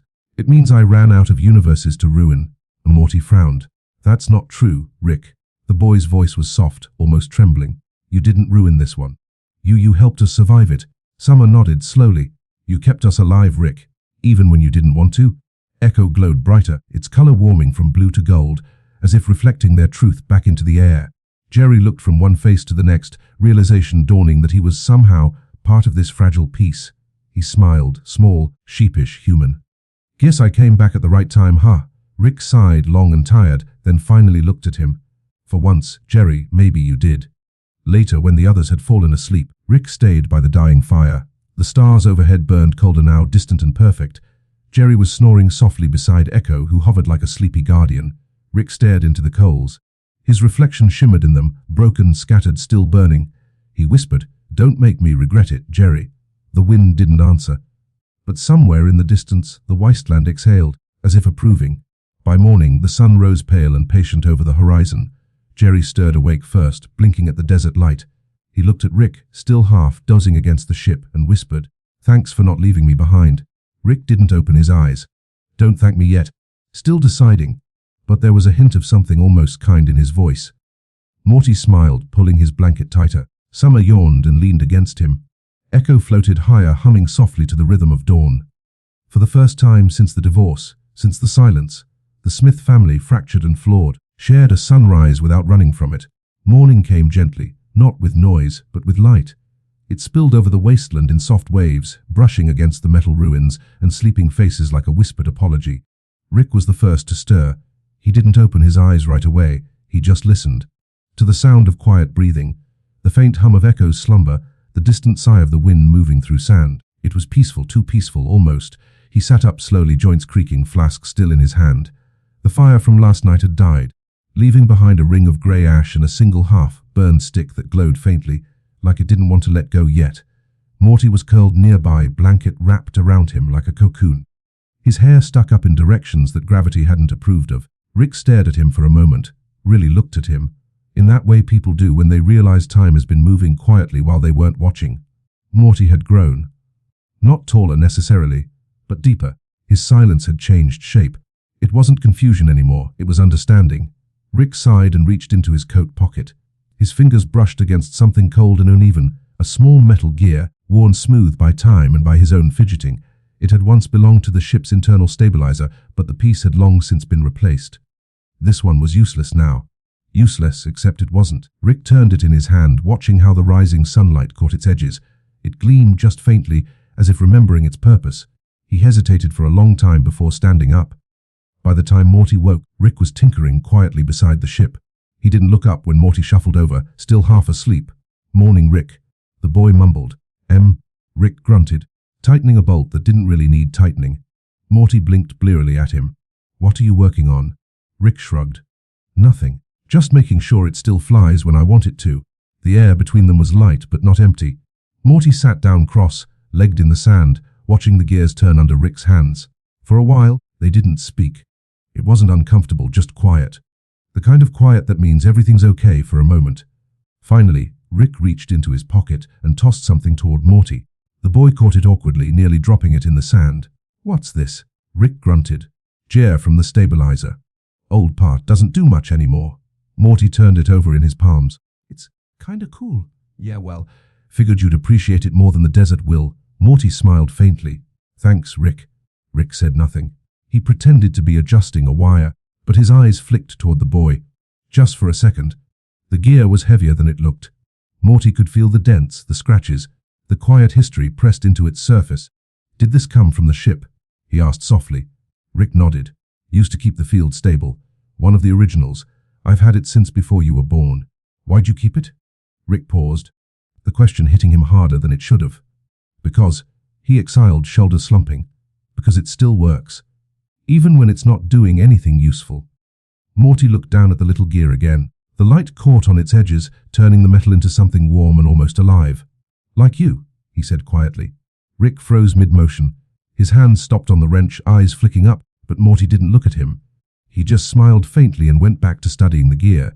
Rick muttered something under his breath, too soft to catch. Maybe a curse, maybe a laugh, maybe both. As the day stretched thin, they began preparing to move. Jerry packed his duffel again, upside down as always, while Summer scavenged fuel cells. Echo hovered nearby, its light pulsing softly in rhythm with the wind. Morty pocketed the gear, keeping it close. It felt like more than a gift, it felt like proof that Rick did care, even if he'd rather choke than say it aloud. At one point, as they loaded the ship, Rick caught Morty quietly tracing the gear's edge with his thumb. He didn't say anything, but a smile tugged at the corner of his mouth. For someone who claimed to hate sentiment, Rick sure had a lot of it. That night, after the desert turned silver under the moon, Morty couldn't sleep. The stars above shimmered in lazy constellations, bending slightly through the rising heat. He reached into his pocket again and pulled out the gear. It gleamed faintly under the moonlight, cool, quiet, familiar. He turned it over and over, listening to the soft scrape of metal against his palm. He thought about everything they'd been through. The noise, the chaos, the running. He thought about how Rick always led them into storms, and yet, somehow, always found a way to lead them out too. He thought about the silence that had followed Jerry's return. A silence that didn't hurt anymore. It was softer now, like a blanket instead of a wound. And he realized, maybe for the first time, that even in all the destruction, they'd built something that lasted. Not inventions, not adventures, but moments, little fragile glowing moments that survived the collapse of worlds. Rick stirred nearby, half asleep in his chair. "You still awake, Morty?" Morty smiled at the stars. "Yeah, just thinking. Dangerous hobby." Morty chuckled softly. "I was just wondering if everything runs on something, like you said." "What do you run on?" Rick's voice drifted through the dark, slower now. "Regret, probably." There was a pause, then a sigh. "And you?" Morty turned, eyes wide. But Rick had already leaned back, eyes closed, pretending to snore. Morty smiled. "Sure, Rick. Whatever you say." He lay back on the sand, the gear resting over his heart. It was warm now, faintly humming. Or maybe that was just the rhythm of his pulse sensing with the desert. The stars blurred softly above him, and the sound of the wasteland faded into a lullaby of dust and air. Rick cracked one eye open, just enough to see Morty drifting into sleep. He whispered, too quietly for anyone to hear, "Keep it safe, kid. It's the only part that ever really mattered." The night accepted the words without judgment. Echo floated higher, casting a thin, golden glow over the sleeping camp. The old gear gleamed faintly, like it understood its new purpose, not to turn machines anymore, but to keep a heart steady in a restless world. And for once, Rick didn't reach for his flask. He just closed his eyes, let the silence settle, and allowed himself the smallest thing he'd always denied. Rest. The desert had begun to cool, not just in temperature, in tone. The roaring storms that once screamed like dying machines were quiet now, replaced by a steady hum that felt almost alive. It was the sound of things finally resting. Rick stood at the edge of the camp, his coat fluttering faintly in the wind. The horizon was painted in gold and lavender, a sky so still it almost looked like glass. Morty and Summer slept beside the ship, their shapes small against the endless sand. Rick exhaled long and low, letting the air leave him in a way that sounded almost like relief. He reached for his portal gun. The metal was warm from the sun, worn at the edges from too many escapes. He stared at it for a while, thumb brushing the trigger. It was strange how something that once symbolized adventure now looked like a doorway to exhaustion. For the first time in a long while, he didn't want to run. When Morty woke, he found Rick standing there, portal gun in hand, eyes lost in thought. "You're gonna open one?" Morty asked quietly, still half asleep. Rick nodded. "Yeah, thought I'd pick somewhere new." Summer stretched, yawning. "New like what? Another desert? Maybe a radioactive swamp this time?" Rick smirked faintly. "Nah, I was thinking maybe home." Summer blinked. "Home? Yeah," he said softly, almost like he didn't believe it himself. "Just home." The word lingered in the air like a song half forgotten. The three of them packed in silence. No one spoke about what they were leaving behind. The noise, the chaos, the strange peace of the wasteland. The air shimmered with the ghosts of everything they'd felt there: anger, loss, forgiveness. When Rick finally pulled the trigger, the familiar green spiral bloomed in front of them. But it wasn't harsh or crackling like usual. It was softer, almost melodic, like a lullaby of color. Morty stared into it. Different. Rick gave a small shrug. "Guess I'm getting sentimental in my old age." Summer smiled. "You've been sentimental for a while. You just hide it in sarcasm." Rick pretended to be offended, but the corner of his mouth twitched upward. The wind swirled around them as they stood before the portal. For a long moment, no one moved. Summer was the first to step forward. She turned back just before crossing the threshold. "You know," she said softly, "I don't hate that place. The desert.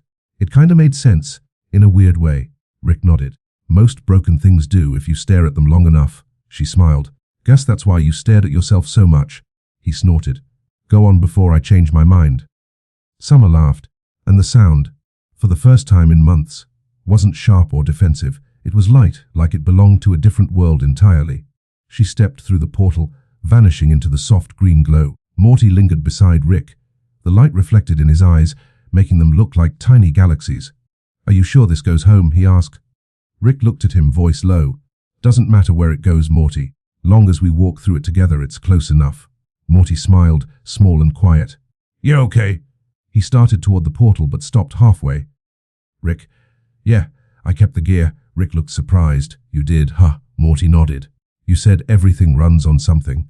I figured maybe I do too." Rick chuckled under his breath. "You're running on trust, kid. That's dangerous fuel." Morty grinned. "Guess I learned from the best."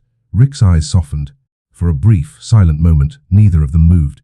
The desert wind brushed between them like a whisper. Then Morty stepped through, disappearing into the light. Rick was the last to remain. The wasteland stretched out behind him, a sea of dust and memory.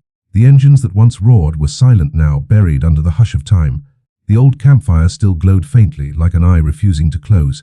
He turned back once, scanning the emptiness.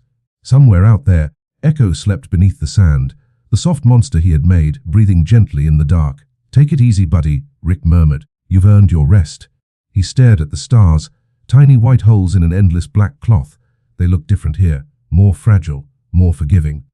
"Gus, everything breaks eventually," he whispered. "Even the things that try to fix themselves." For a moment, he almost stayed. The quiet was addictive, the kind of silence that could make a man forget himself. But then he heard Morty's voice echo faintly through the portal.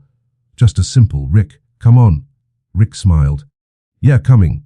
He raised the gun one last time and walked through the green spiral. The transition was softer than usual. No violent whoosh, no heavy landing, just warmth.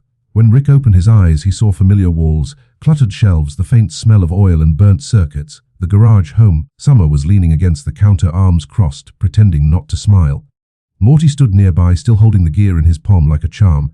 Rick exhaled, slow and deep. The hum of the portal faded behind him, replaced by the gentle ticking of a clock somewhere in the house. He looked at them both, his family, and realized something strange. The chaos of the wasteland had been loud, but this silence was louder. "All right," Rick said finally, voice low. "Nobody say anything cheesy. Let's just pretend we didn't learn anything." Morty laughed quietly. "Too late, Rick." Summer rolled her eyes, but there was warmth in it. "You're such a liar. You love that desert." Rick smirked. "Nah, I love the company." The three of them stood there, bathed in morning light streaming through the garage window. Dust floated in the air, catching gold like tiny stars. Outside, the world stirred gently, birds singing, the soft rhythm of ordinary life returning. Rick set the portal gun down on the table. Its light flickered once, then dimmed to black. For the first time in a long while, he didn't feel the urge to pick it back up. He just stood there, not as a scientist, not as a traveler, but as something simpler. Something human. Morty pocketed the little gear and smiled. Summer stretched and yawned. Rick sighed and leaned back against the counter, eyes half closed. The universe could wait. For now, they were home. The first thing Morty noticed was the quiet. Not the kind that followed an explosion or a fight, but the kind that made the air feel alive, breathing softly through the cracks of the old Smith house.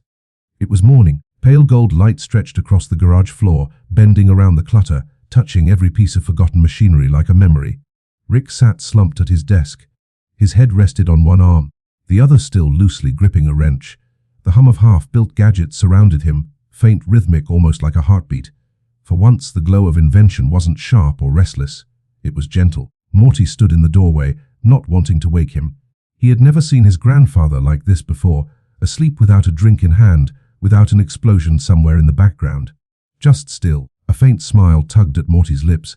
He stepped inside quietly, the wooden floor creaking beneath his socks.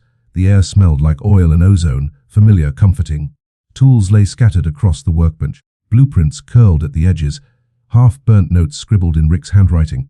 Temporal stabilizer. Don't trust physics today. Make better coffee next time. Morty looked around, realizing how much of Rick's life lived in these scraps. Every invention, every mark on the table, every stain on the floor. They were his grandfather's language, a way to speak without ever saying how he felt. Near the corner of the bench, Morty spotted something small, a photo. It was old, faded, Beth as a child, sitting on Rick's shoulders, both smiling. The edges were frayed, but the joy inside the frame was still alive. Morty's throat tightened a little. He didn't touch the photo. Some memories deserved to sleep too. He found a blanket draped over an old chair. It was thin, but warm, probably stolen from the couch ages ago. Carefully, Morty walked over to Rick and placed it over his shoulders. Rick stirred slightly, muttering something in his sleep. A half-formed equation, maybe a word that sounded like sorry. Then silence again. Morty sat down across from him, resting his chin on the desk. Outside, a bird sang somewhere. He realized he hadn't heard birds in weeks. It was strange, how fragile peace could feel. Like holding your breath after chaos, afraid that the wrong sound might break it. Summer appeared at the doorway, hair messy, eyes tired but soft. "You've been up long," she whispered. Morty shook his head. "Couldn't sleep. Guess I got used to the desert noise." She smiled faintly. "Weird, right? You think you want peace, then you miss the chaos." Morty shrugged. Maybe the chaos made the peace feel real. Summer leaned against the wall, crossing her arms. "You sound like him." "Yeah," Morty said, glancing at Rick. "Guess it's contagious." For a moment, they just watched the old man sleep. A rare sight, like seeing a storm finally rest. The house creaked with morning movement. The refrigerator hummed. Coffee began to drip in the kitchen. Somewhere, Jerry sneezed. The world was ordinary again, and that in itself felt like a miracle. Summer turned back toward the light filtering in through the window. Dust floated lazily in the beams, tiny galaxies suspended in air. "You think he dreams?" she asked. Morty tilted his head. "Rick, I don't know. Maybe. Probably about mistakes, or formulas, or some girl he met in another timeline." She smirked. "Or maybe he dreams about us." Morty blinked, surprised by her tone. It wasn't sarcastic, just quiet, sincere. "Yeah," he said softly. "Maybe he does." The morning stretched on. Rick still hadn't moved. Morty found himself tracing a finger over one of the blueprints, following the lines of an unfinished device labeled Portal Relay V2. Safer this time, probably. Rick's handwriting was messy but confident, like every word knew it would defy physics. Morty thought about how much his grandfather had built. Not just machines, but moments. Bridges between disasters. Maybe that was what Rick did best, break the universe, then build something beautiful out of the ruins. Hours passed like minutes. The sunlight shifted, turning golden to white and then to the soft blue of late morning. The garage warmed. The air smelled like metal and coffee. Rick finally stirred, groaning. "Meth, where the hell?" He blinked blearily, pushing the blanket off his shoulders. "Morty." Morty smiled. "Morning?" Rick squinted. Did you put this blanket on me?" "Oh, yeah," Morty said. "You fell asleep here. Thought you'd catch a cold or something." Rick snorted. "Peft, cold can't catch me." "Morty, I've out-evolved thermodynamics." Morty laughed. "Sure, Rick." But then something unexpected happened. Rick didn't move right away. He just sat there, rubbing the back of his neck, eyes half-lidded, staring at nothing. "Long time since I slept," he murmured. Summer entered, leaning on the doorway. "Maybe you should do it more often." Rick glanced up at her, smirking faintly. "What? And ruin my reputation?" "Too late for that," she said, smiling. For a while, none of them spoke. They just sat there, three survivors of something they couldn't quite name. The silence wasn't awkward this time. It was grounding, the kind that said, "We made it." Morty fiddled with the little gear Rick had given him. The metal caught the light, gleaming faintly. Rick noticed. "Still got that thing, huh?" Morty nodded. "Yeah, kinda feels like part of the story now," Rick grunted. "Don't romanticize it too much, kid. It's just a piece of junk." But there was no bite in his tone. Only a quiet pride that Morty could almost feel in the air. The clock ticked. The coffee smell drifted in. The sound of Beth humming upstairs filled the edges of the silence. "Hey," Rick said suddenly, standing up and stretching his arms. "We survived another existential crisis. That calls for something special." Summer raised an eyebrow. "Like what?" "A drink," Rick smirked. "Pancakes." Morty blinked. "Wait, what?" Rick tossed a spatula he'd pulled from nowhere. "Seaman, kids, let's make breakfast before the multiverse realizes we're happy and tries to ruin it." Summer laughed. Really laughed. And Morty followed, the sound echoing through the garage. Rick grinned, stepping toward the house. The blanket slipped from his shoulders, landing softly on the chair. As he opened the door, sunlight spilled across the floor, warm and golden. For the first time, the garage didn't feel like a laboratory or a war room. It felt like home. That morning, no one mentioned the wasteland. No one talked about engines or portals or monsters made of empathy. They just cooked. They just existed. And somewhere between the smell of syrup and the sound of quiet laughter, Rick glanced out the window at the rising sun. He didn't say it aloud, but the thought came anyway. Maybe peace isn't a place. Maybe it's a moment. And for now, that was enough. The night arrived like a whisper, soft, blue, and full of slow breathing. The Smith house slept deeply. The kind of sleep that only comes after too much noise has finally faded. Outside, rain tapped faintly on the windows again, gentle and steady, like an old rhythm returning. Summer lay in her bed, eyes closed, body still, but her mind had wandered. It began with the sound of wind, a dry wind, the kind that carried dust and echoes. She was back in the wasteland. The horizon stretched forever, cracked and burnt beneath a crimson sky. The engines were gone, but their ghosts still hummed faintly beneath the sand. Summer stood barefoot on the desert floor. No armor this time, no chains, no blades, no roar of machines. Just her, small against eternity. The air shimmered, heat waves rippled across the dunes. But something was different. The dust didn't sting anymore. It glowed. She crouched, touching the ground. The sand was warm, alive almost. When she lifted her hand, something bright clung to her fingers. A seed, tiny golden, pulsing softly like a heartbeat. She smiled faintly. Guess even wastelands want to live again. When she looked up, the sky was changing. The red faded into violet. The air softened. From the horizon, a faint green light began to spread, slow and sure, as though the world had decided to forgive itself. Summer took a step forward, then another. The sand beneath her feet turned to soil. The soil darkened, rich and damp. And then flowers, dozens of them, hundreds. They bloomed as she walked, following her steps like ripples across a pond. Pale blue, soft yellow, lavender, color she hadn't seen in months. The petals opened to the wind, sighing like a choir of tiny breaths. She stopped walking and let herself laugh, not loud, not defiant like before. This time it was soft, whole. The wasteland had become a garden. Somewhere nearby, she heard a familiar sound, the faint hum of Rick's portal gun. When she turned, she didn't see Rick or Morty.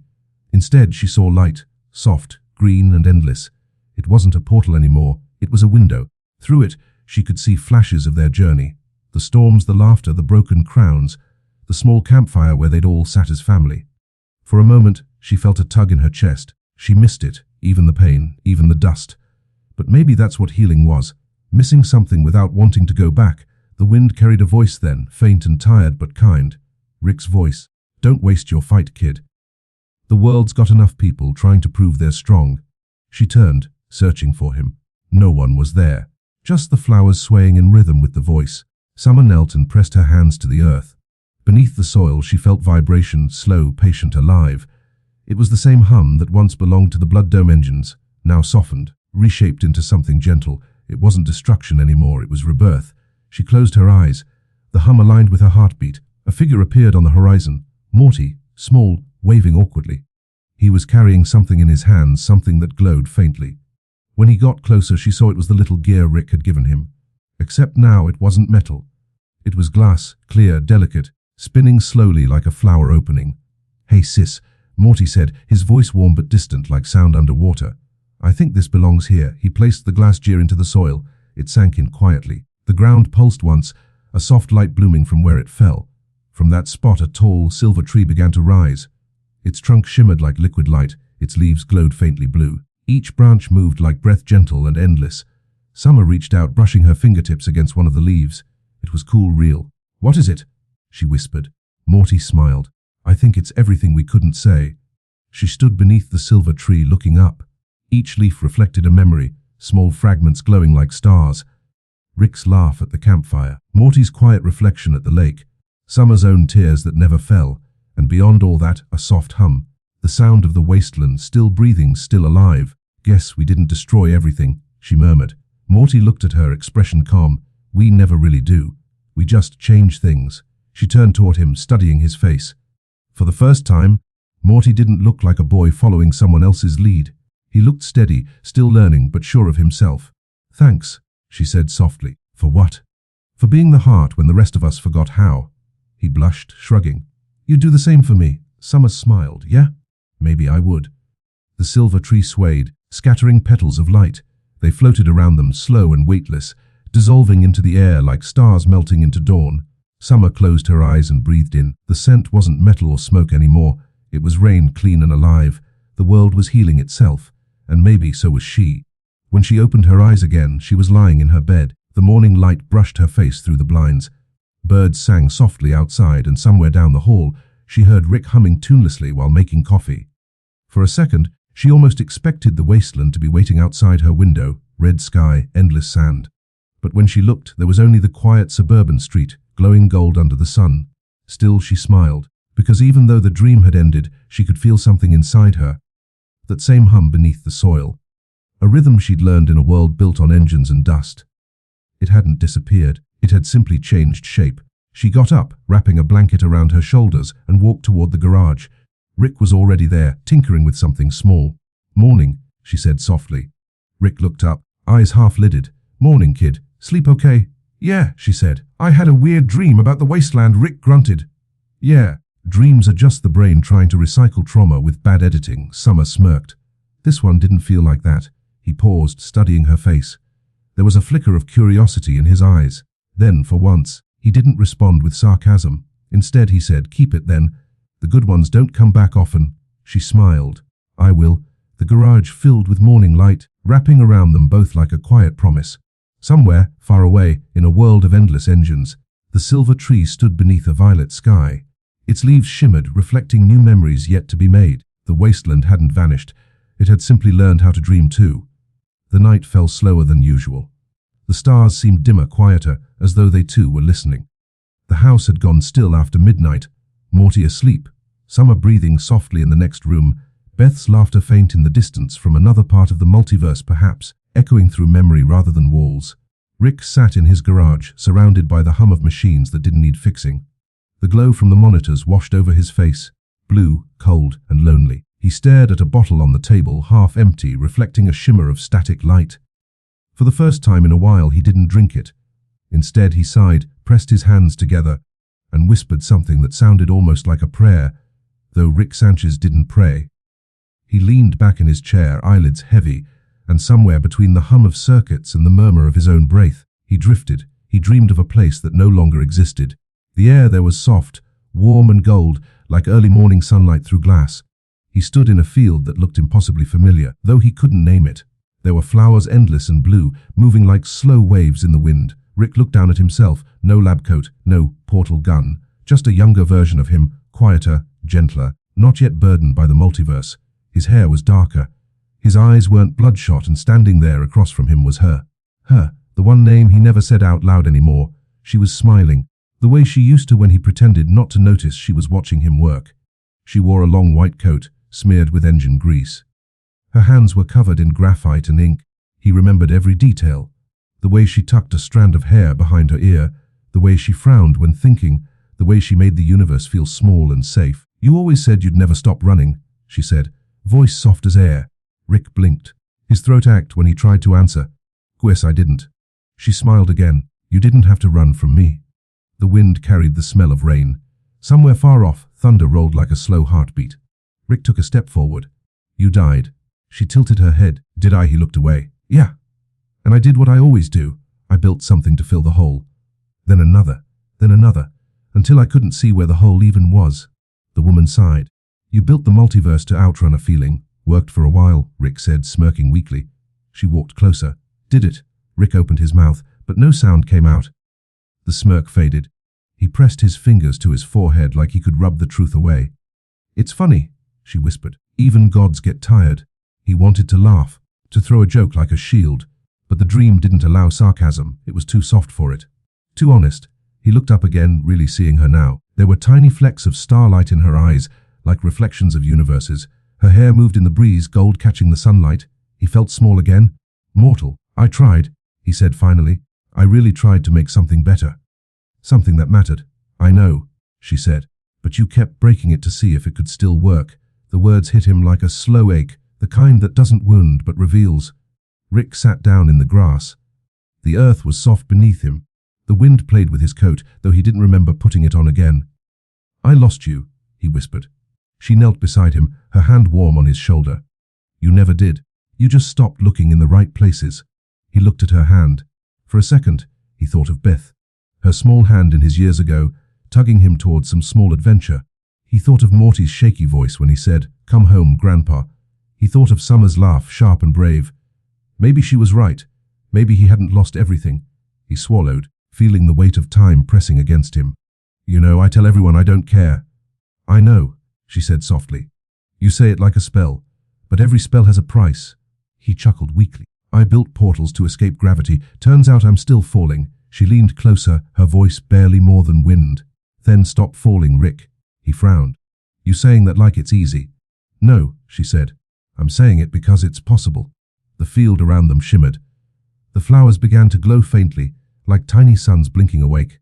Each one pulsed with light in rhythm to his heartbeat.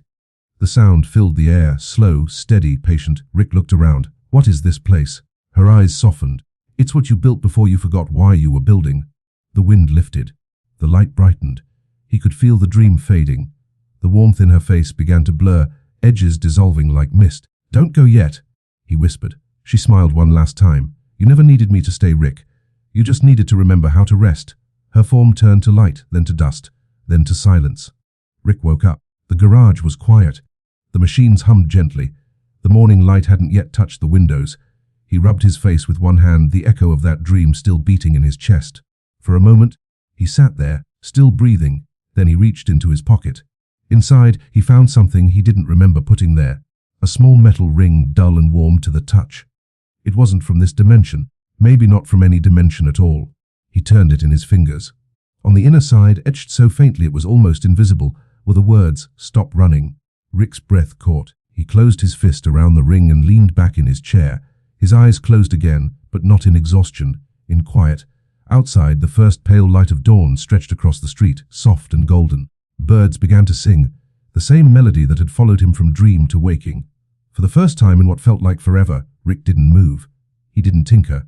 He didn't drink. He just sat there, listening to the sound of life happening, steady, imperfect, human. And somewhere in the back of his mind, her voice whispered again, "Even gods get tired." Rick smiled faintly, eyes half closed. Guess it's about damn time I took a nap. The garage light flickered once, then steadied. And Rick Sanchez, scientist, cynic, dreamer, wanderer, let himself drift back to sleep beneath the hum of the universe he'd built and the ghosts he'd finally stopped running from. The night had settled again, deep, blue and quiet. The Smith household breathed in unison, the kind of silence that only follows long storms. It was almost midnight and the air smelled faintly of rain and toast. Morty stirred awake first. He wasn't sure why. Maybe it was the low hum from the fridge, or the faint light leaking from under the kitchen door. Or maybe, somewhere deep inside, he knew his grandfather was awake. He padded down the hallway, still wrapped in his blanket. The house felt like it was holding its breath, fragile but alive. The door creaked as Morty pushed it open. There, under the pale refrigerator glow, sat Rick, not tinkering, not ranting, just making a sandwich. A simple one. 2 slices of bread, some cold turkey, a slice of cheese, and the last bit of mustard left in the jar. Rick didn't look up when Morty entered, but the corner of his mouth twitched. Knew you'd wake up. You always do when I steal midnight snacks, Morty yawned. You're loud for a genius, Rick grunted softly. Yeah, well, even geniuses get hungry. The silence that followed wasn't heavy. It was comfortable. Morty climbed onto a stool at the counter, still clutching his blanket like a cape. Rick passed him half the sandwich without asking. Morty took it, chewing quietly. The kitchen clock ticked, slow, steady. After a while, Morty broke the quiet. You okay, Rick? Rick paused, mid-bite. His eyes flicked toward the window, moonlight reflecting faintly in them. Define okay. Morty shrugged. Not dead. Not drunk. Not, trying to explode anything. Rick chuckled dryly. Then yeah. Morty. Guess I'm okay. Morty looked at him for a long second. There was something different in Rick tonight. Softer, quieter. Like someone who'd finally found the pause button inside his head. You had that dream again, didn't you? Morty asked. Rick's hand froze just above his glass of water. He didn't ask how Morty knew. They'd been through too much for secrets to hide. Yeah, Rick said at last, voice low. Only this time it didn't end the same. Morty blinked. What happened? Rick took a sip of water, staring at the ripples. She told me to stop running. Morty frowned. Ooh. Rick smiled faintly. Doesn't matter. Someone who mattered. The rain started again outside. Soft, patient, like the sky was whispering instead of crying. Morty leaned forward, elbows on the counter. You think you can actually stop? I know running. Rick sighed through his nose, eyes half closed. I don't know, Morty. Habit's a hard thing to kill. Especially when it's all that's kept you alive. Morty nodded. Yeah, but maybe it's not about killing it. Maybe it's about walking instead of sprinting. Rick looked at him, genuinely surprised. That was almost profound, Morty. Morty smirked sleepily. Yeah, well, it's past midnight. I'm smarter at night. Rick laughed. A real laugh, not the bitter kind. It echoed softly in the quiet kitchen, blending with the patter of rain. Beth appeared in the doorway a moment later, arms crossed, wearing a robe. I knew you two were up, she said, pretending to sound annoyed. You always leave crumbs. Rick gestured to the half sandwich. There's enough for you too. Kiddo. Beth rolled her eyes but walked in anyway, grabbing a slice. Still calling me kiddo at 43, huh? Rick shrugged. You'll always be the kid who drew on my blueprints. Beth chewed quietly, then smiled. You still have those. Rick looked away, pretending to clean the counter. Maybe. The clock ticked past 12:30. Summer wandered in next, hair messy, eyes squinting. Why does this smell like emotional bonding and bread? Morty grinned. Because it is. Summer sat down beside him, stealing a bite from his sandwich. Ew, Morty groaned. She shrugged. Sibling tax. Rick watched them all. Beth leaning on the counter, Summer teasing Morty, Morty half laughing, half annoyed, and for a moment he didn't see chaos, he saw family. Not perfect, not clean, but real. He leaned back in his chair and let out a long breath he didn't know he'd been holding. Beth broke the silence softly. Dad, I've been thinking. Oh boy, Rick muttered. She ignored him. Maybe you don't have to do everything alone anymore. You don't have to fix the universe tonight. Rick raised an eyebrow. You implying the universe can wait till breakfast? Exactly, she said. Morty added, yeah, and maybe next time you build something crazy you can, I don't know, ask for help. Rick snorted. You, help me build an interdimensional singularity stabilizer. Morty shrugged. I mean, I can hold the flashlight. That earned another quiet laugh from Rick. The rain slowed. The refrigerator hummed. The kitchen lights felt softer now, warm gold against pale blue. For once, time didn't feel like a threat, it just existed. Rick glanced at the clock again. You know, we've done some wild stuff. Broken laws of physics. Fought gods. Escaped prisons. But this, he gestured around. What might be the weirdest adventure yet? Summer smirked. Eating sandwiches at midnight. Rick shook his head. No, sitting still. Beth smiled. Yeah, that's new for you. Rick nodded, a faint smile tugging at his lips. Feels not terrible. Morty yawned, eyes drooping. You gonna try sleeping again? Rick thought for a moment. Yeah, might give it another shot. He stood, stretched, and glanced at them all, one by one. Don't wait up for me, Beth grinned, like we ever do. Rick hesitated at the doorway, then turned back. Hey, thanks for not giving up on me.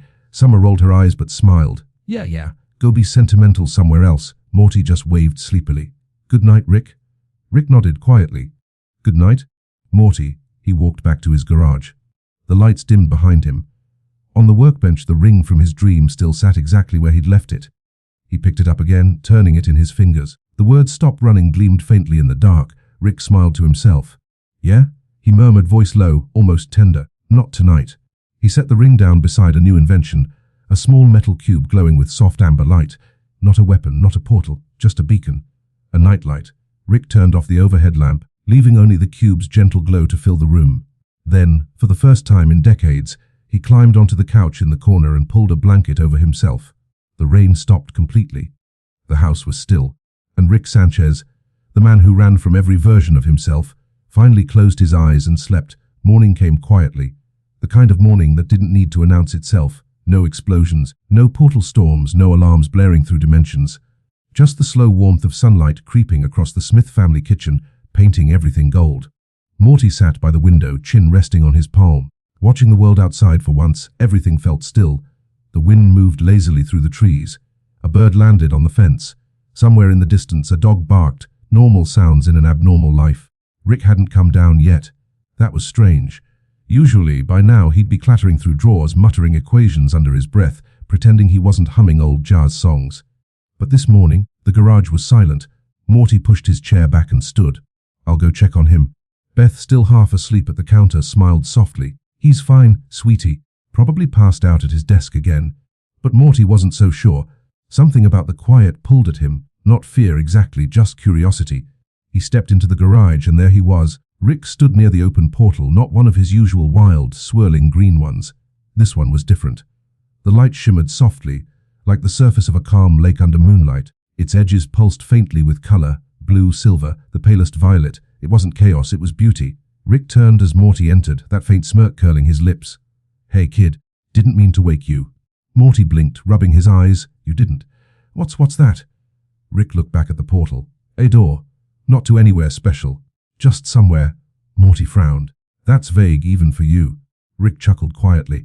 "Yeah, well, not every portal needs coordinates, Morty. Some places aren't meant to be found. They just exist." He stepped closer, the glow painting his lab coat in silver light. "You remember that wasteland we got stuck in? The one with the engines and the dust, and that crazy blood dome guy?" Morty nodded slowly. "Yeah, I remember." Rick smiled faintly.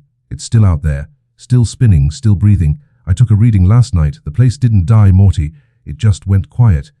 Morty tilted his head, like it's sleeping. Rick's eyes softened. "Exactly. Like it's resting, same as us." For a long moment, they just stood there. The portal's light reflected in their eyes, one bright and curious, the other tired but gentle. Rick finally broke the silence. "You know, I used to think stillness meant failure.